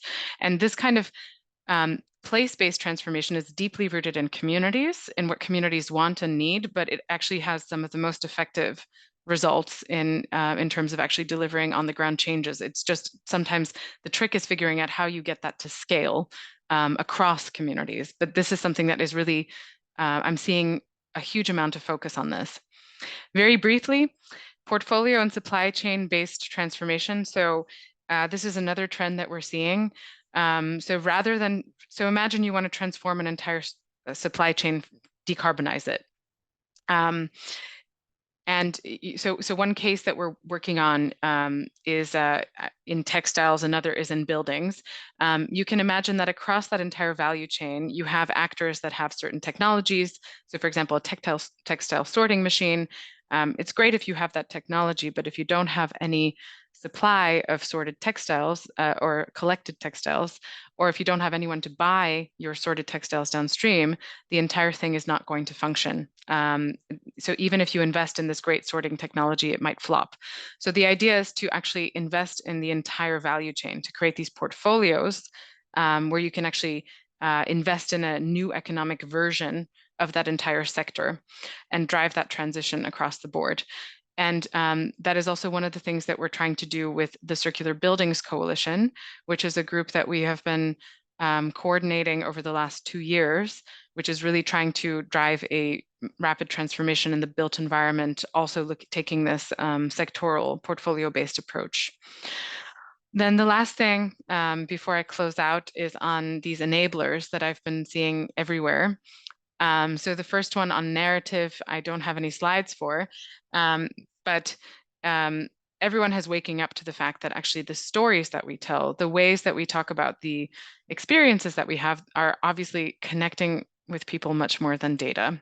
I love data. I love complex infographics and numbers, but apparently this is really not the way that most people relate to stories or remember stories or remember information, actually. An anecdote will always win out, even if it's a false anecdote, apparently. People will remember it better than a true fact, even if they know that one is false and the other is true. Weird, right?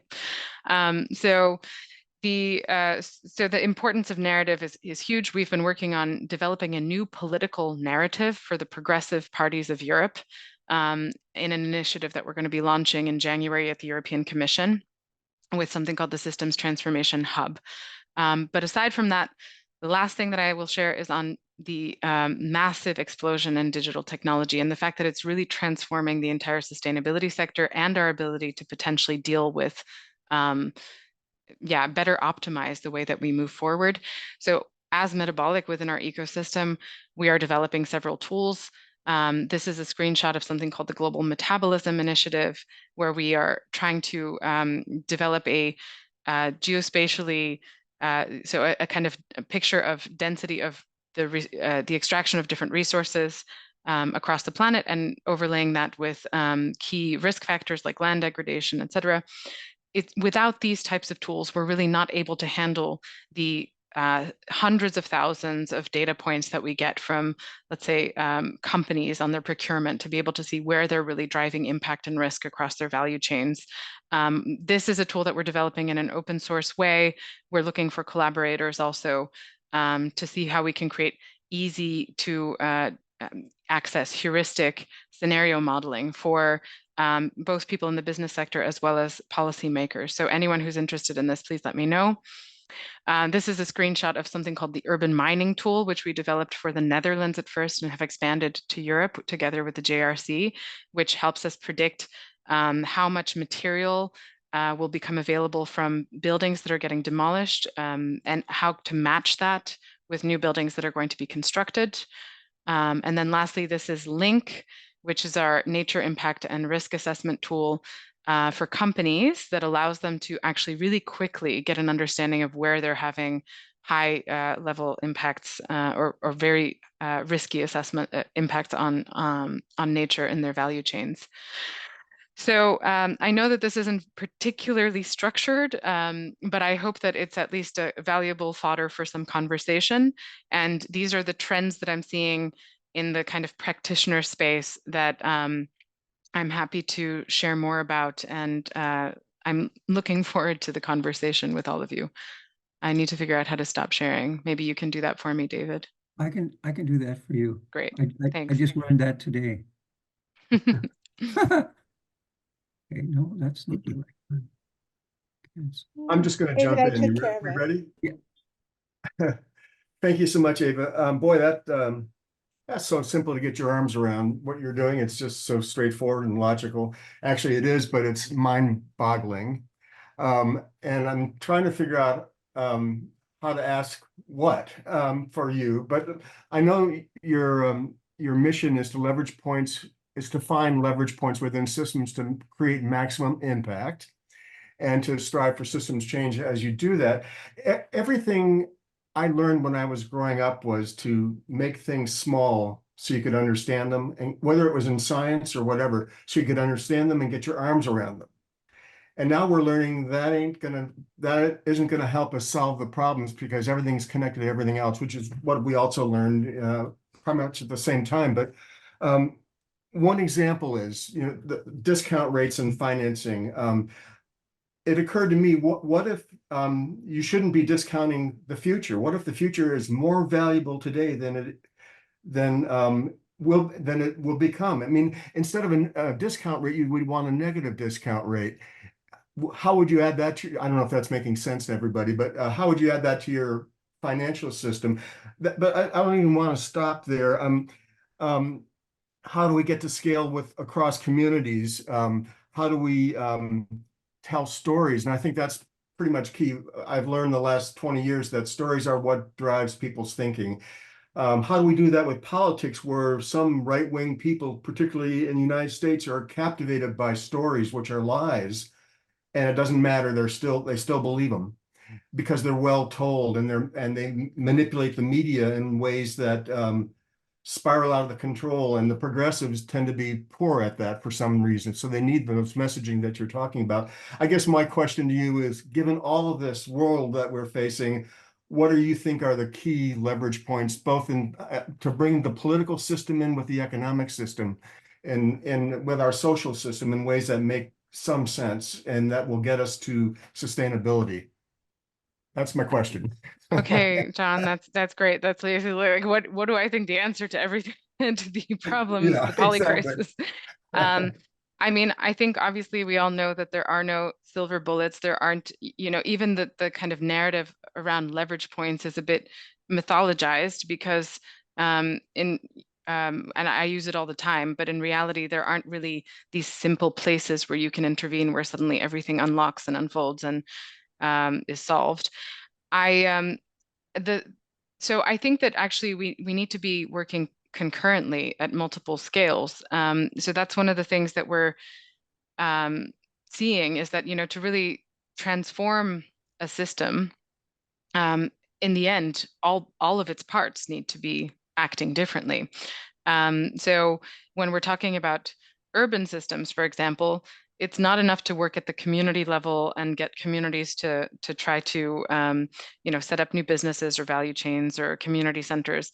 That's one layer. But another layer is the policy environment, the educational environment that enables those communities to transform in different ways and supports them.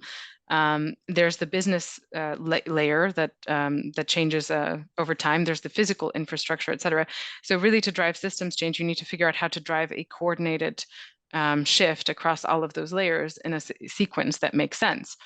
And when we're talking about the global system, that's also why we're focusing on driving transformation across so many different pressure points. So we are focusing on policy where we've seen, okay, well, the kind of hardening of the left and the right and the kind of breakdown in communication that's occurring that is threatening democracy is really concerning. And it is partly driven by a feeling of lack of security, because even though people may not understand the circumstances that we're facing, they're starting to get a feeling of how everything is breaking down.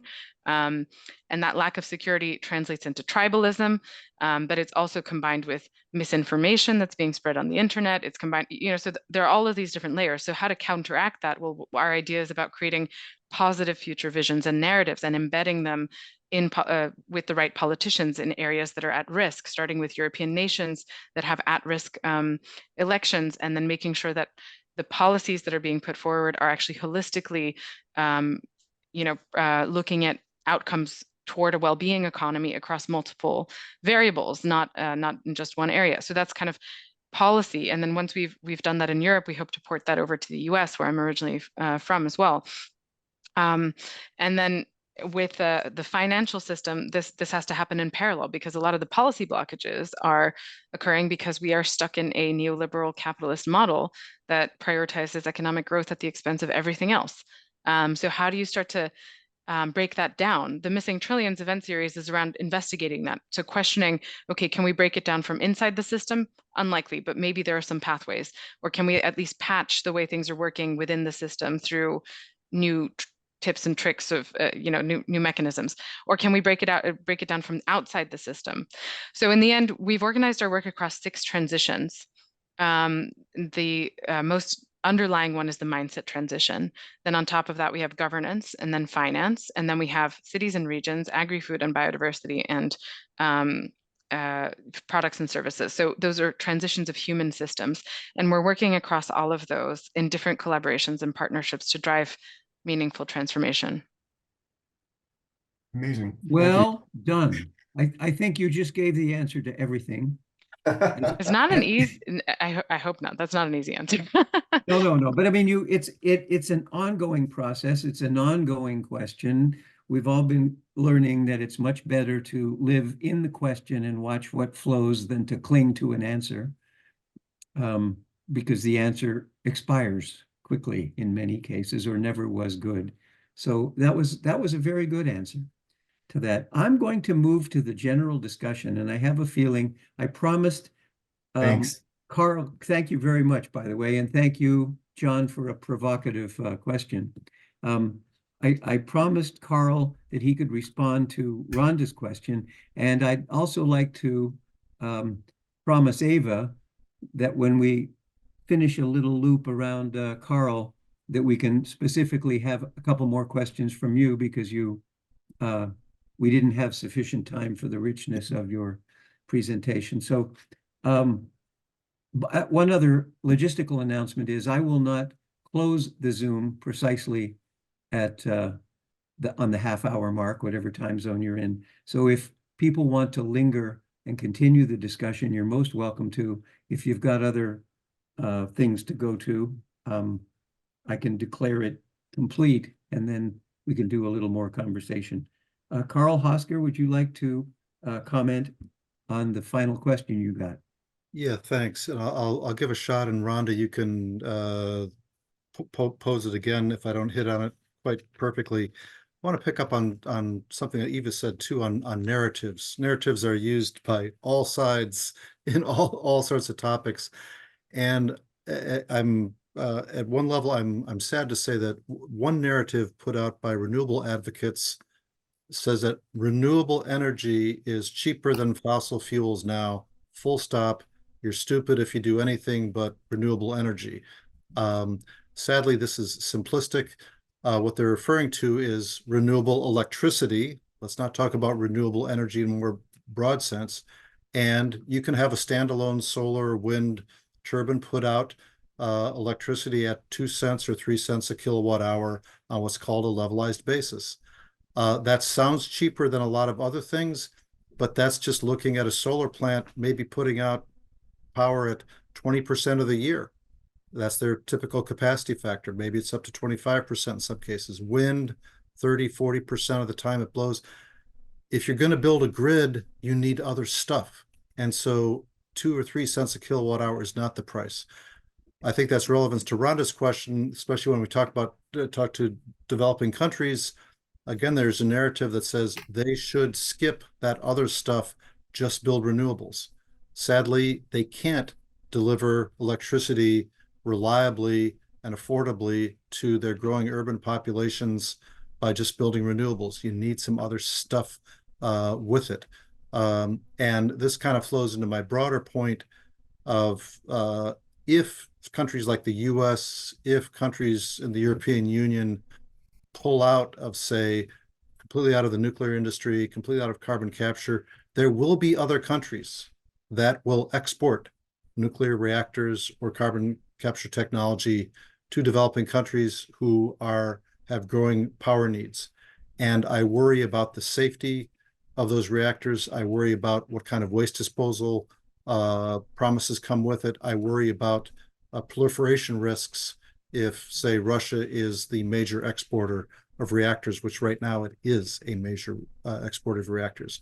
So we need to live really in the world as it is and not just say we want to move to a perfect world that we can envision, but ignores how things may play out over the next 30 years in the real world of competing nations and threats of invasion and real invasions, and how several billion people in the developing world want reliable and affordable energy supplies.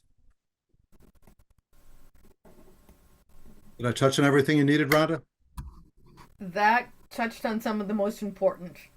It'd be a longer question for all of the rest of the world related to this. Yeah, thank you. I would like to invite all respondents to scan the chat for questions related to whom you were responding to. And we could call on the person who put the question in the chat, or you could field the question yourself. I have another one, as long as we're talking to Carl. I had another one that was here that I think was interesting. Let me find the right time. 2:23. Sorry.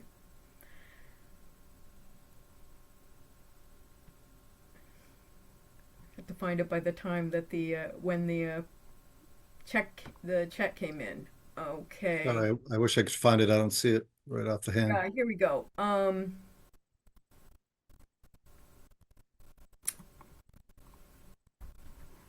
Okay, actually it was, let's see, 2:41. Let me go to that one. I'm sorry, apologize. I can take another question while you're doing that, or you could go ahead. Okay, Got it. Bert has a comment, so Bert, you go ahead, and then we'll go back to Rhonda. Yeah, go ahead. Okay, well, a brief remark also to what Carl said. I appreciate the way in which you posed the different positions about nuclear and CCS.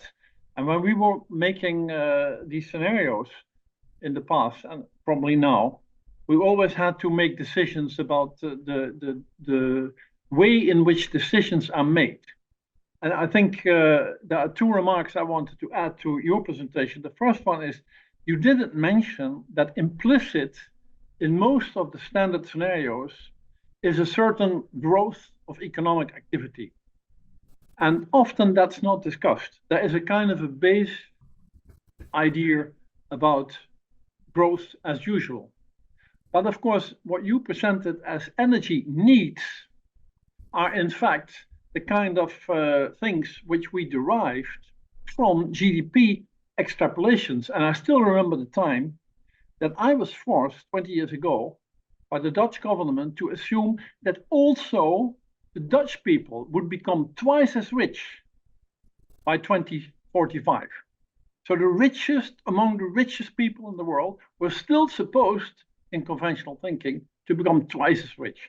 But that's an important, let's say, background datum to your energy needs. And the other remark is, when we were trying to introduce nuclear power into the scenarios, just like with hydropower, we actually had no mechanism which economists could give us, because there is a huge financing requirement for nuclear power. There's a long construction time, and there's a high liability issue, because governments in the end have to become liable in case of a big accident.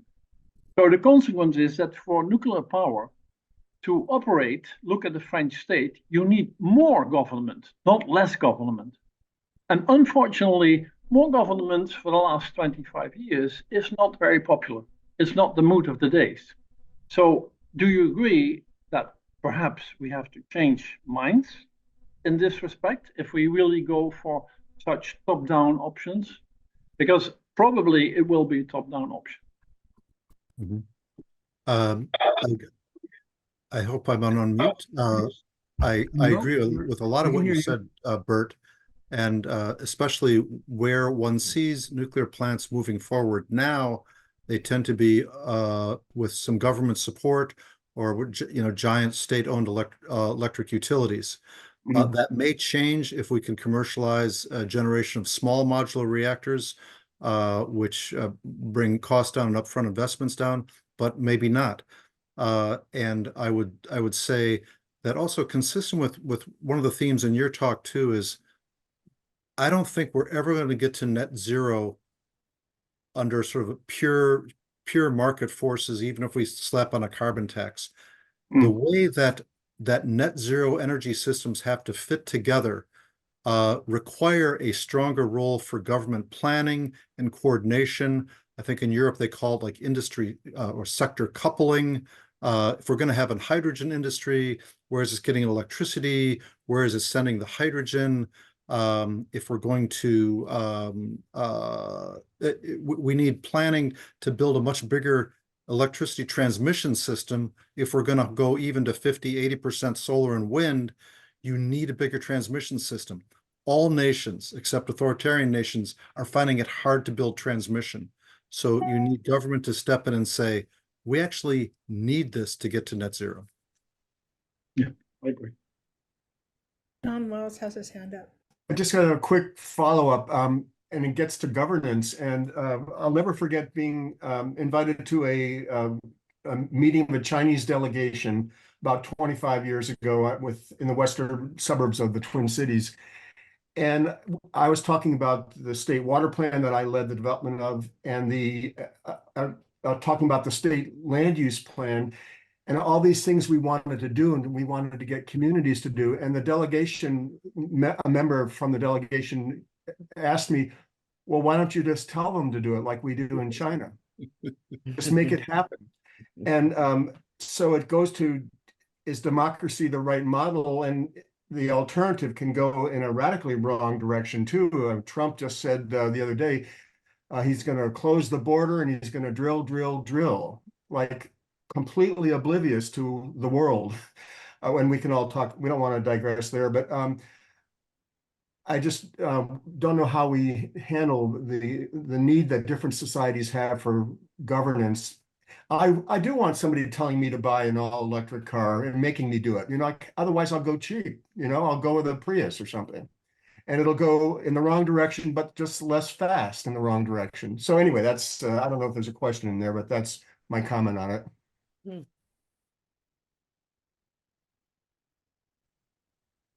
I'll just say 10 years ago, I thought we'd just be fighting climate change in 2023, but instead we're fighting for our lives to preserve democracy around the world and a free press. And that's my Debbie Downer comment of the day.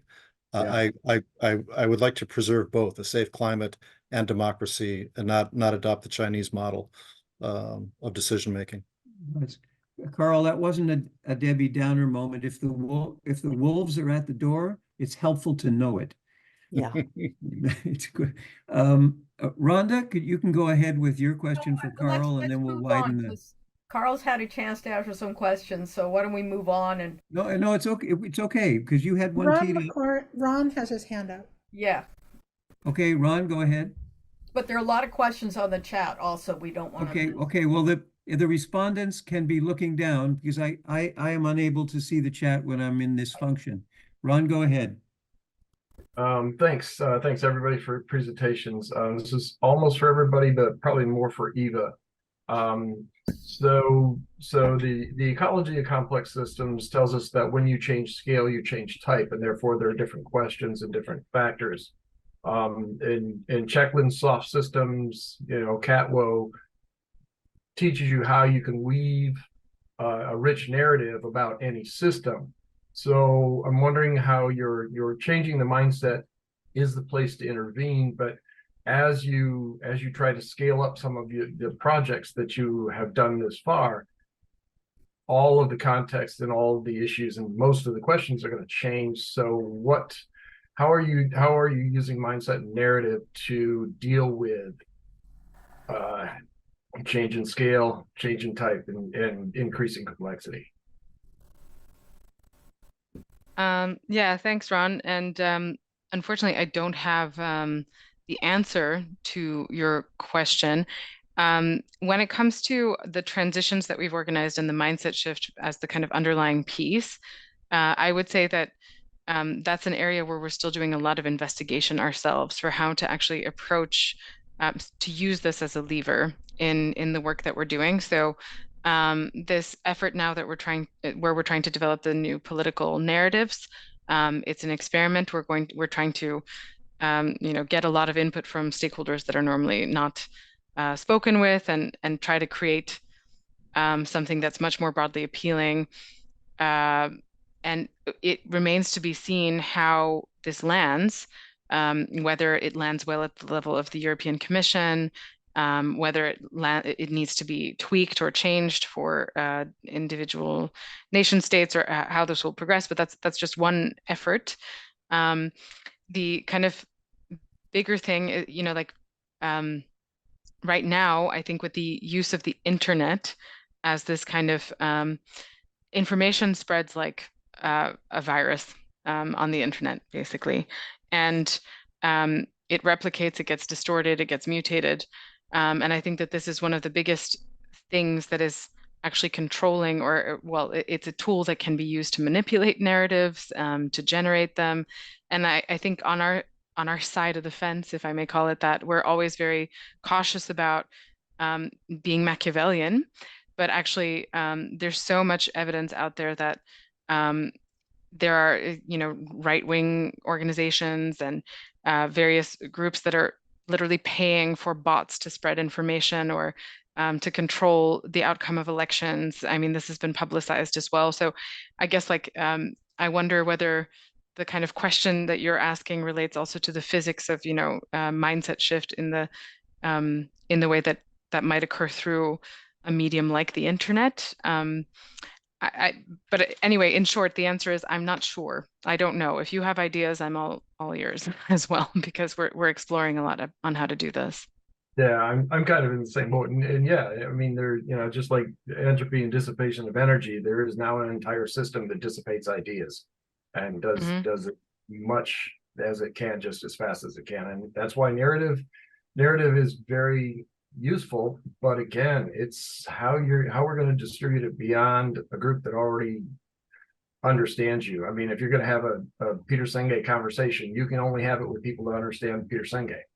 It's a hard thing to get outside of our group, and that's what SRRR and SRRR has been dealing with for the 14 years I've been dealing with them. And yeah, I applaud you for trying. Well, I think maybe we're being too abstract and too, complicated. Maybe we need to make things a lot simpler, focus on what people care about, their health, their security, their families and communities, and, couch things in the context of what's meaningful to people. But it really seems like conspiracy theories and, the most nefarious things just get spread and replicated. And I do wonder if we can crack the puzzle of how do we get positive narratives and true narratives to spread rather than a lot of these falsehoods that are out there. It's a tricky one. Maybe people just like doom and gloom and, you know, contemplating the end of our own existence better than they like fantasizing about a happy future. I don't know. Does anyone else have a question? Is there a speaker that's itching to make a comment to another speaker?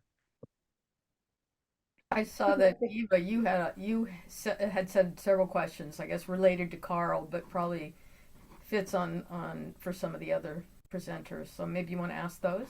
I would love to hear Myra's reflections. Anything in particular, or just kind of as we're summing up what we've just been hearing, because you got to speak at the beginning. Yes, I thank you. I can easily go back into other ways of thinking and being as I listen, and I have a real appreciation for what was brought forward here today. I'm an old systems thinker. At the bottom of the U is the place I spend a lot of time contemplating, but really most important, I am looking at the fact that we are human beings that have created systems that no longer align or speak to the language of a living universe. And I am interested in how we find our way back into relationship. I realize that's not an answer to a question for the moment that we're in that we feel like the systems that we're locked into are so dominant. But in my real view, seeing how the earth itself is breaking down, and that will impact us. It will take us out of our conversations, theoretical conversations, into the moment. And you know, what's wonderful about being human is we can be creative. We can be inspired to create together something new.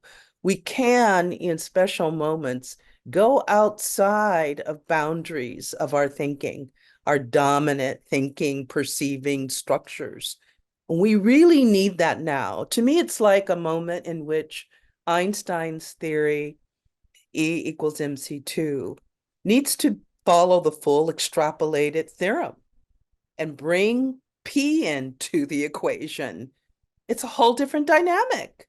It's always been present there, but we haven't paid attention to it. We haven't given it time. Even in talking about nuclear, I mean, I had to manage nuclear. And today, most of my colleagues who work on the other side of the fence, we call it the fence that works in systems 7,500 years from what we're dealing with right now, today, you and I. All that nuclear is part of the conversation that's not being had is because you can't bring folks up to speed with the science that we actually have access to and the technologies, because those are within the defense domain. And those are national security conversations for many countries. The dominant countries in this conversation have information they protect. We need to, be adults about that and understand that. I'm going to interject here for a moment. Did we have a question from someone we haven't heard from at all? All I know is her name is iPhone 4. So, you're smiling. So, do you want to ask your question and maybe tell us your name?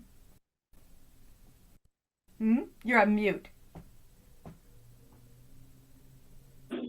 If you're talking to me, I don't know where my name went. My name's usually just on there, so I apologize for that. I'm a friend of David Barry's.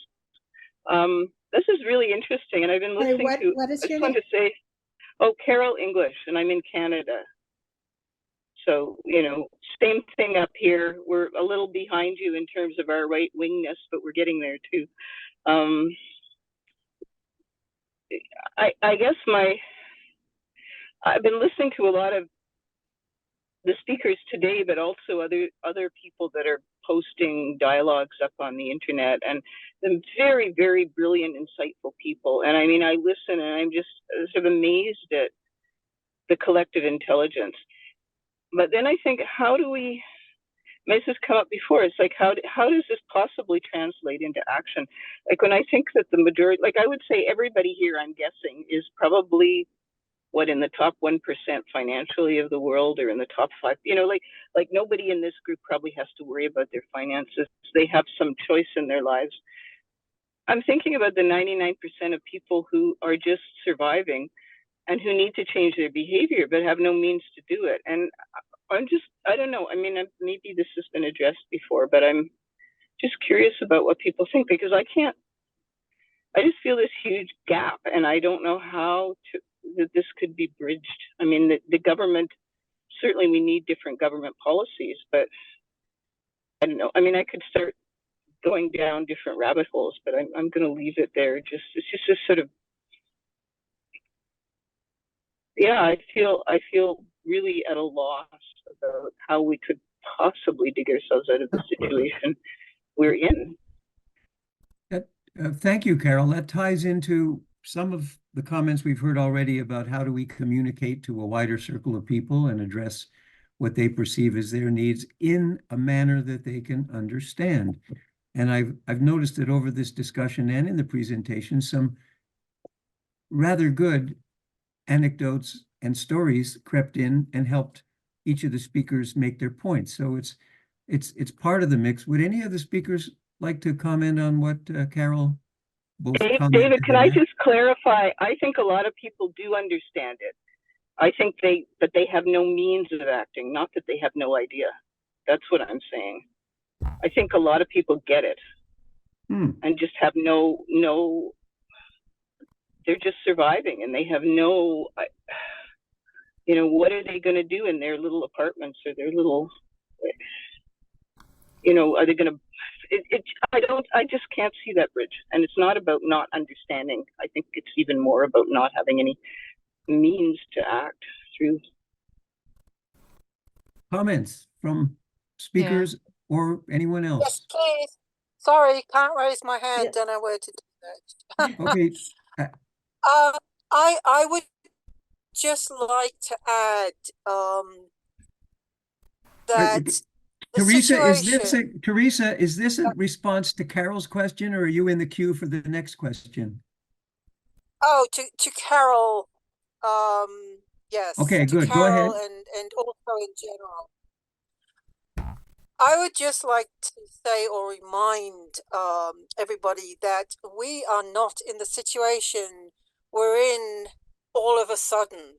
It's not something that's even happened in the last 100 or 150 years. And as some of the speakers that I really sort of connected to their ideas with, this is very long ongoing system problem that we are living in, and it may not even be the culmination, or it may, we don't know.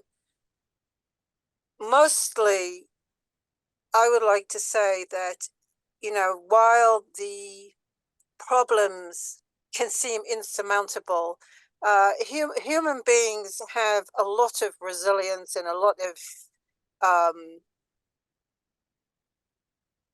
strengths to overcome obstacles. We've done it before, and I think it's really, really important to have some sense of I won't call it hope, because that's very sort of not what I'm trying to say, but of foresight and creativity to actually overcome obstacles that are in front of us, the way that we've always done. And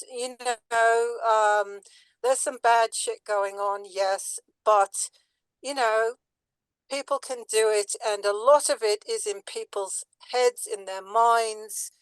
A lot of all these negative narratives that people get really down about are in our minds to a great extent, and tie into the narratives that are driving extreme hopelessness among a lot of people. Anyway, not very well thought out, but you know, No, just but my take. but a very good point, because Teresa, in addition to the fact that some of our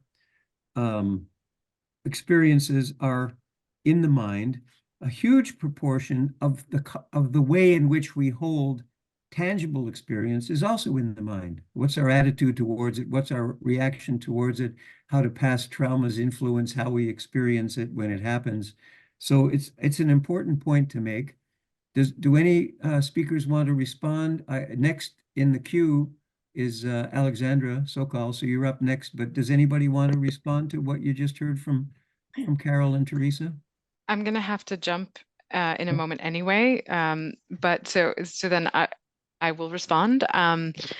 You know, so Metabolic is an organization now of around 120 people. Many of them are fairly young, and a lot of them get really depressed about the future. And it is really challenging to continue, you know, fighting the good fight, putting on a smile, or at least, you know, showing up every day to do this work in the face of these what feel like insurmountable odds. There's a group called Global Optimism, which was founded by Christiana Figueres, who was she's known as like one of the architects of the architect of the Paris Agreement, that advocates for an approach of stubborn optimism. And this is one of the things that we try to also share with our team. You know, we have to keep trying, otherwise what else are we going to do? We can give up, eat all the sushi there is, lay on our couch and watch all the Netflix and then wait to fade away. I don't think that that's very satisfying. It's not really satisfying to anyone. And that's also why we're treating it as a bit of a puzzle, Carol, to continuously think of, okay, how do we actually game the system? What are ways to figure out how to reroute this capital so that it does reach those people at the bottom of the pyramid? How do we actually jerry-rig? How do we create pathways out of the system? And a lot of that is through reclaiming land, et cetera. So I was also really concerned, actually, Myra, when you mentioned that one of the big issues that you see is the land being collateralized against all of this debt. And, you know, but I think that we collectively need to keep up the faith and keep trying to find ways to transform the systems that we have inherited. So, and with that, I am going to have to go. But I really enjoyed this, and I hope to join you in further discussions. And I'm sorry I wasn't able to respond to everyone's messages, but please do feel free to reach out to me as well. So have a great day, everyone. Ava, thank you very much for being here and communicating so clearly. Thank you, Eva. Thank you very much. Thank you. Thank you for the invitation. Thank you, Eva. Bye, everybody. Okay. Alexandra Sokol, you are up next.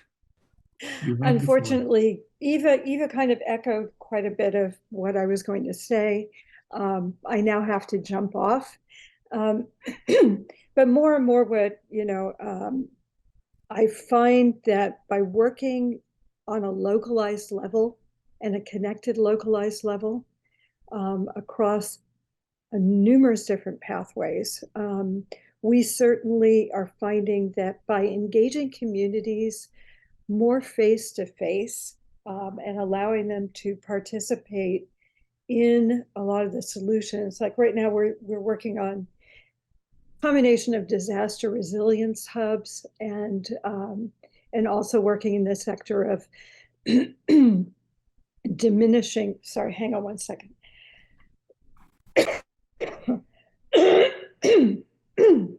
Sorry. We're working also with trying to implement more use of EVs, bicycles, and walking paths. We're trying to work on really engaging the public in a more localized way and then figuring out ways to ripple that effect and turnkey that effect in from community to community to community, rather than tackling like all of Los Angeles at once. We need both. I think, you know, to a lot of what was said today, looking at how we bring community back in, looking at how we learn from the past. I certainly have been doing a lot of study for the past 2 years in civilization decline and breakdown.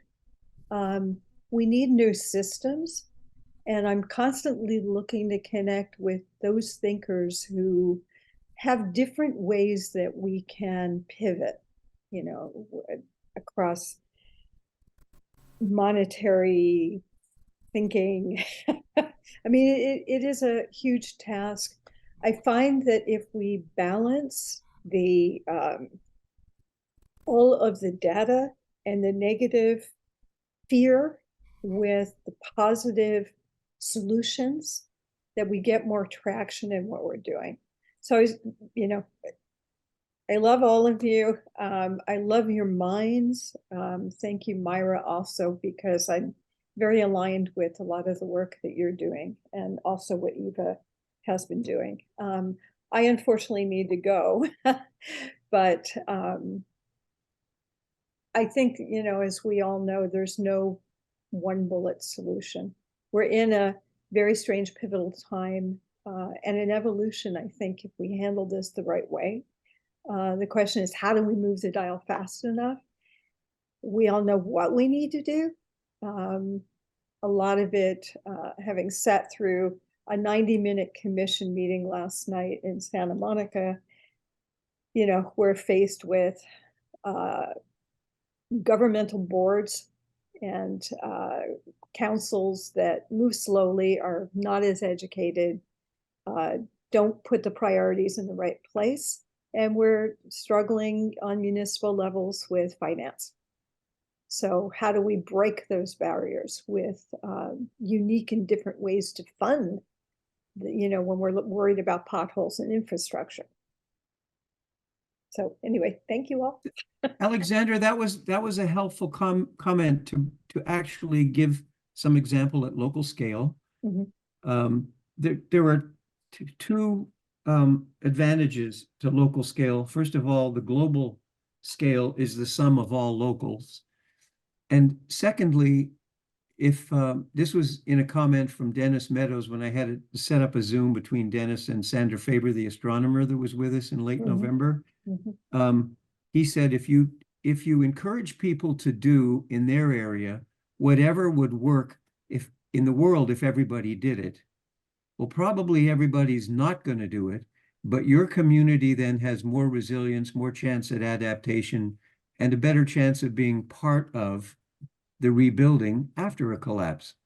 So in a way, you have the optimism to be working on two options at once, and it helps you say it's not futile, because we'll be in better shape whatever happens in the big picture if we do the right things right here. That's so true, David. And we've seen in, you know, when you look at historical collapses of civilizations, those that survived were pockets of people that went on to survive and then rebuild. You know, Easter Island was a great example of what didn't work. When the government made bad choices, the people couldn't move out of what they were in. And then you had an entire civilization that disappeared.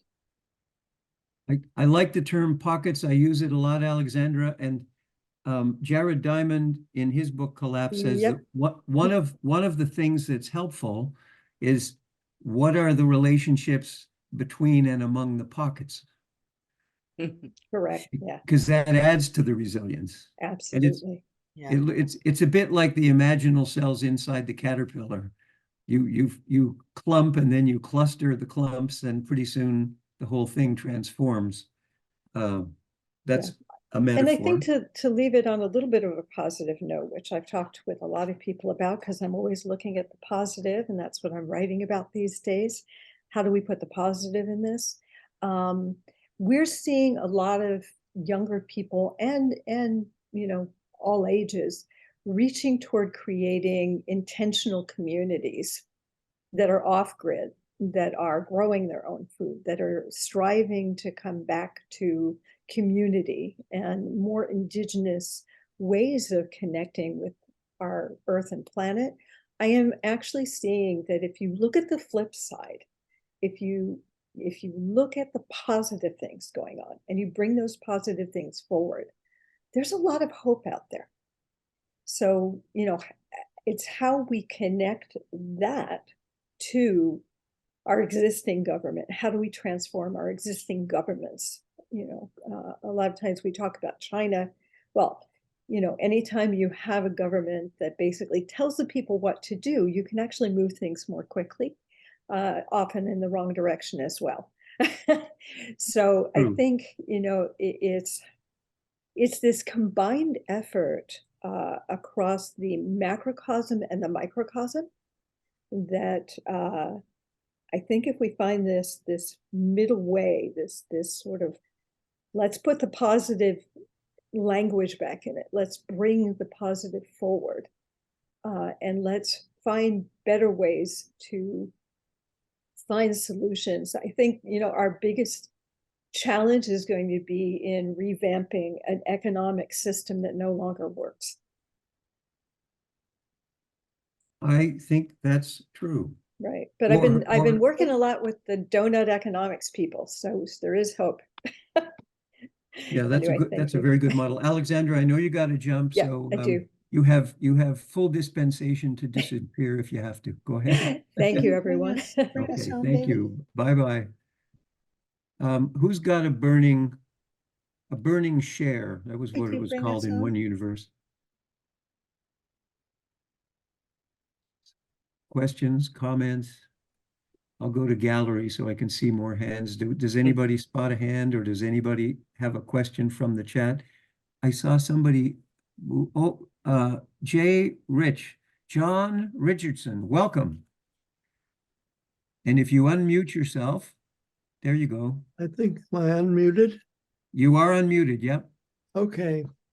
So this discussion of how you take complex things and make them accessible brings to mind a challenge that Gerhard Bruckmann and Donella Meadows and I had when we were trying to win approval for global modeling from the International Institute for Applied Systems Analysis board of directors, which included Russians and Americans. I mean, as difficult a challenge as we now face. And some of you may have seen the way we went to a very radical route of writing a book with prayers and cartoons and other things like that, and mixing them in with some very tough modeling material, and it produced an interesting book, which some of you may have seen, called Groping in the Dark, the First Decade of Global Modeling. But it's an example of taking the kind of tough issues that we faced at that time and making them widely accessible. And we even put in prayers.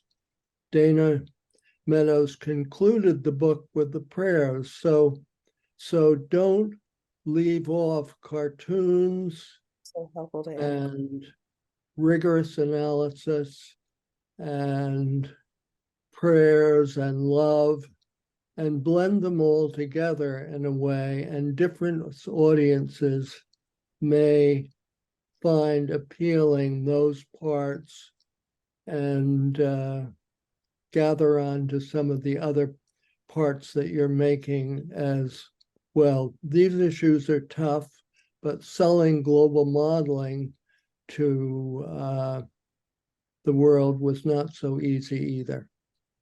I'll bet not. John, I want to thank you for that comment, and then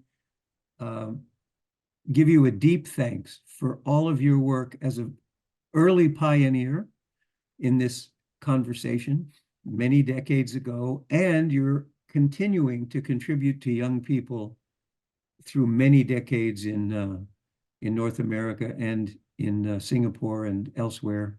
You've really been central to the initial work to get the picture of where are we, and then transmitting that in helpful ways to an awful lot of people. And I appreciate that you came onto this call. Well, I'll just say one more thing, which is that you have been an inspiration for me, as you know, over many years and continue to be. So thank you for the invitation. You're very welcome.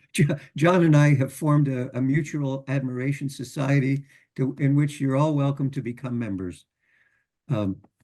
Yeah, thank you. Other comments and or questions, or we could go to a wrap. Yes, Nenny. Nenny stayed up very late. She's in Athens. Well, Thank you. I enjoyed very much, and I thank you, really. I thank you for inviting me here. It's excellent. I mean, I'm impressed, really. What I'm thinking is that, and I'm trying now these days, I'm looking on transformative learning. And I'm thinking of, let's say, how one should proceed through the education, because education is only intellectual without any kind of what I heard from an inspiring discussion by John Richardson. He said that you have to put other things inside, which is transformative education is not only with your in the intellectual part with the brain and the work, but also with hands-on and also with heart.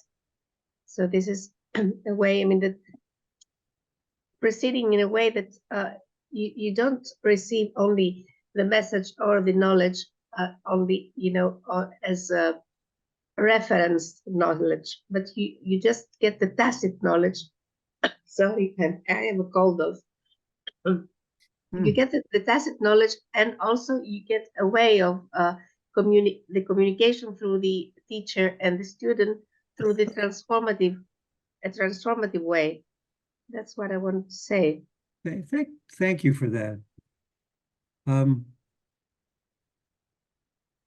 I can say some concluding remarks and a little logistics, unless there's someone else that wants to wave at me or raise a hand. Oh, I see a hand. Teresa, you're on. I just have to say this just because that's how I am. And what I would like to say is, what happened to harnessing our collective indignance and creative fury? End of. Come on, you know? It's not a time to bow our heads and feel sad and hopeless. You know, there's always more, and it ain't over until it's over. And that's all I have to say. Thanks a lot for a really, really great talk today, everybody.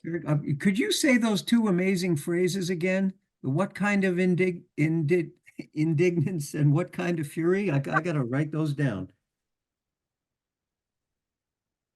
Harnessing our collective indignance and creative fury. And creative It's fury. my dictation today. It's the key word there is harnessing. And there's a lesson for harnessing, yes. Yeah, that's because you take that energy, which sometimes comes as a major surge, and we all know people that tend to lose control when they're surging, and directing the energy to something creative. That is well done, madam.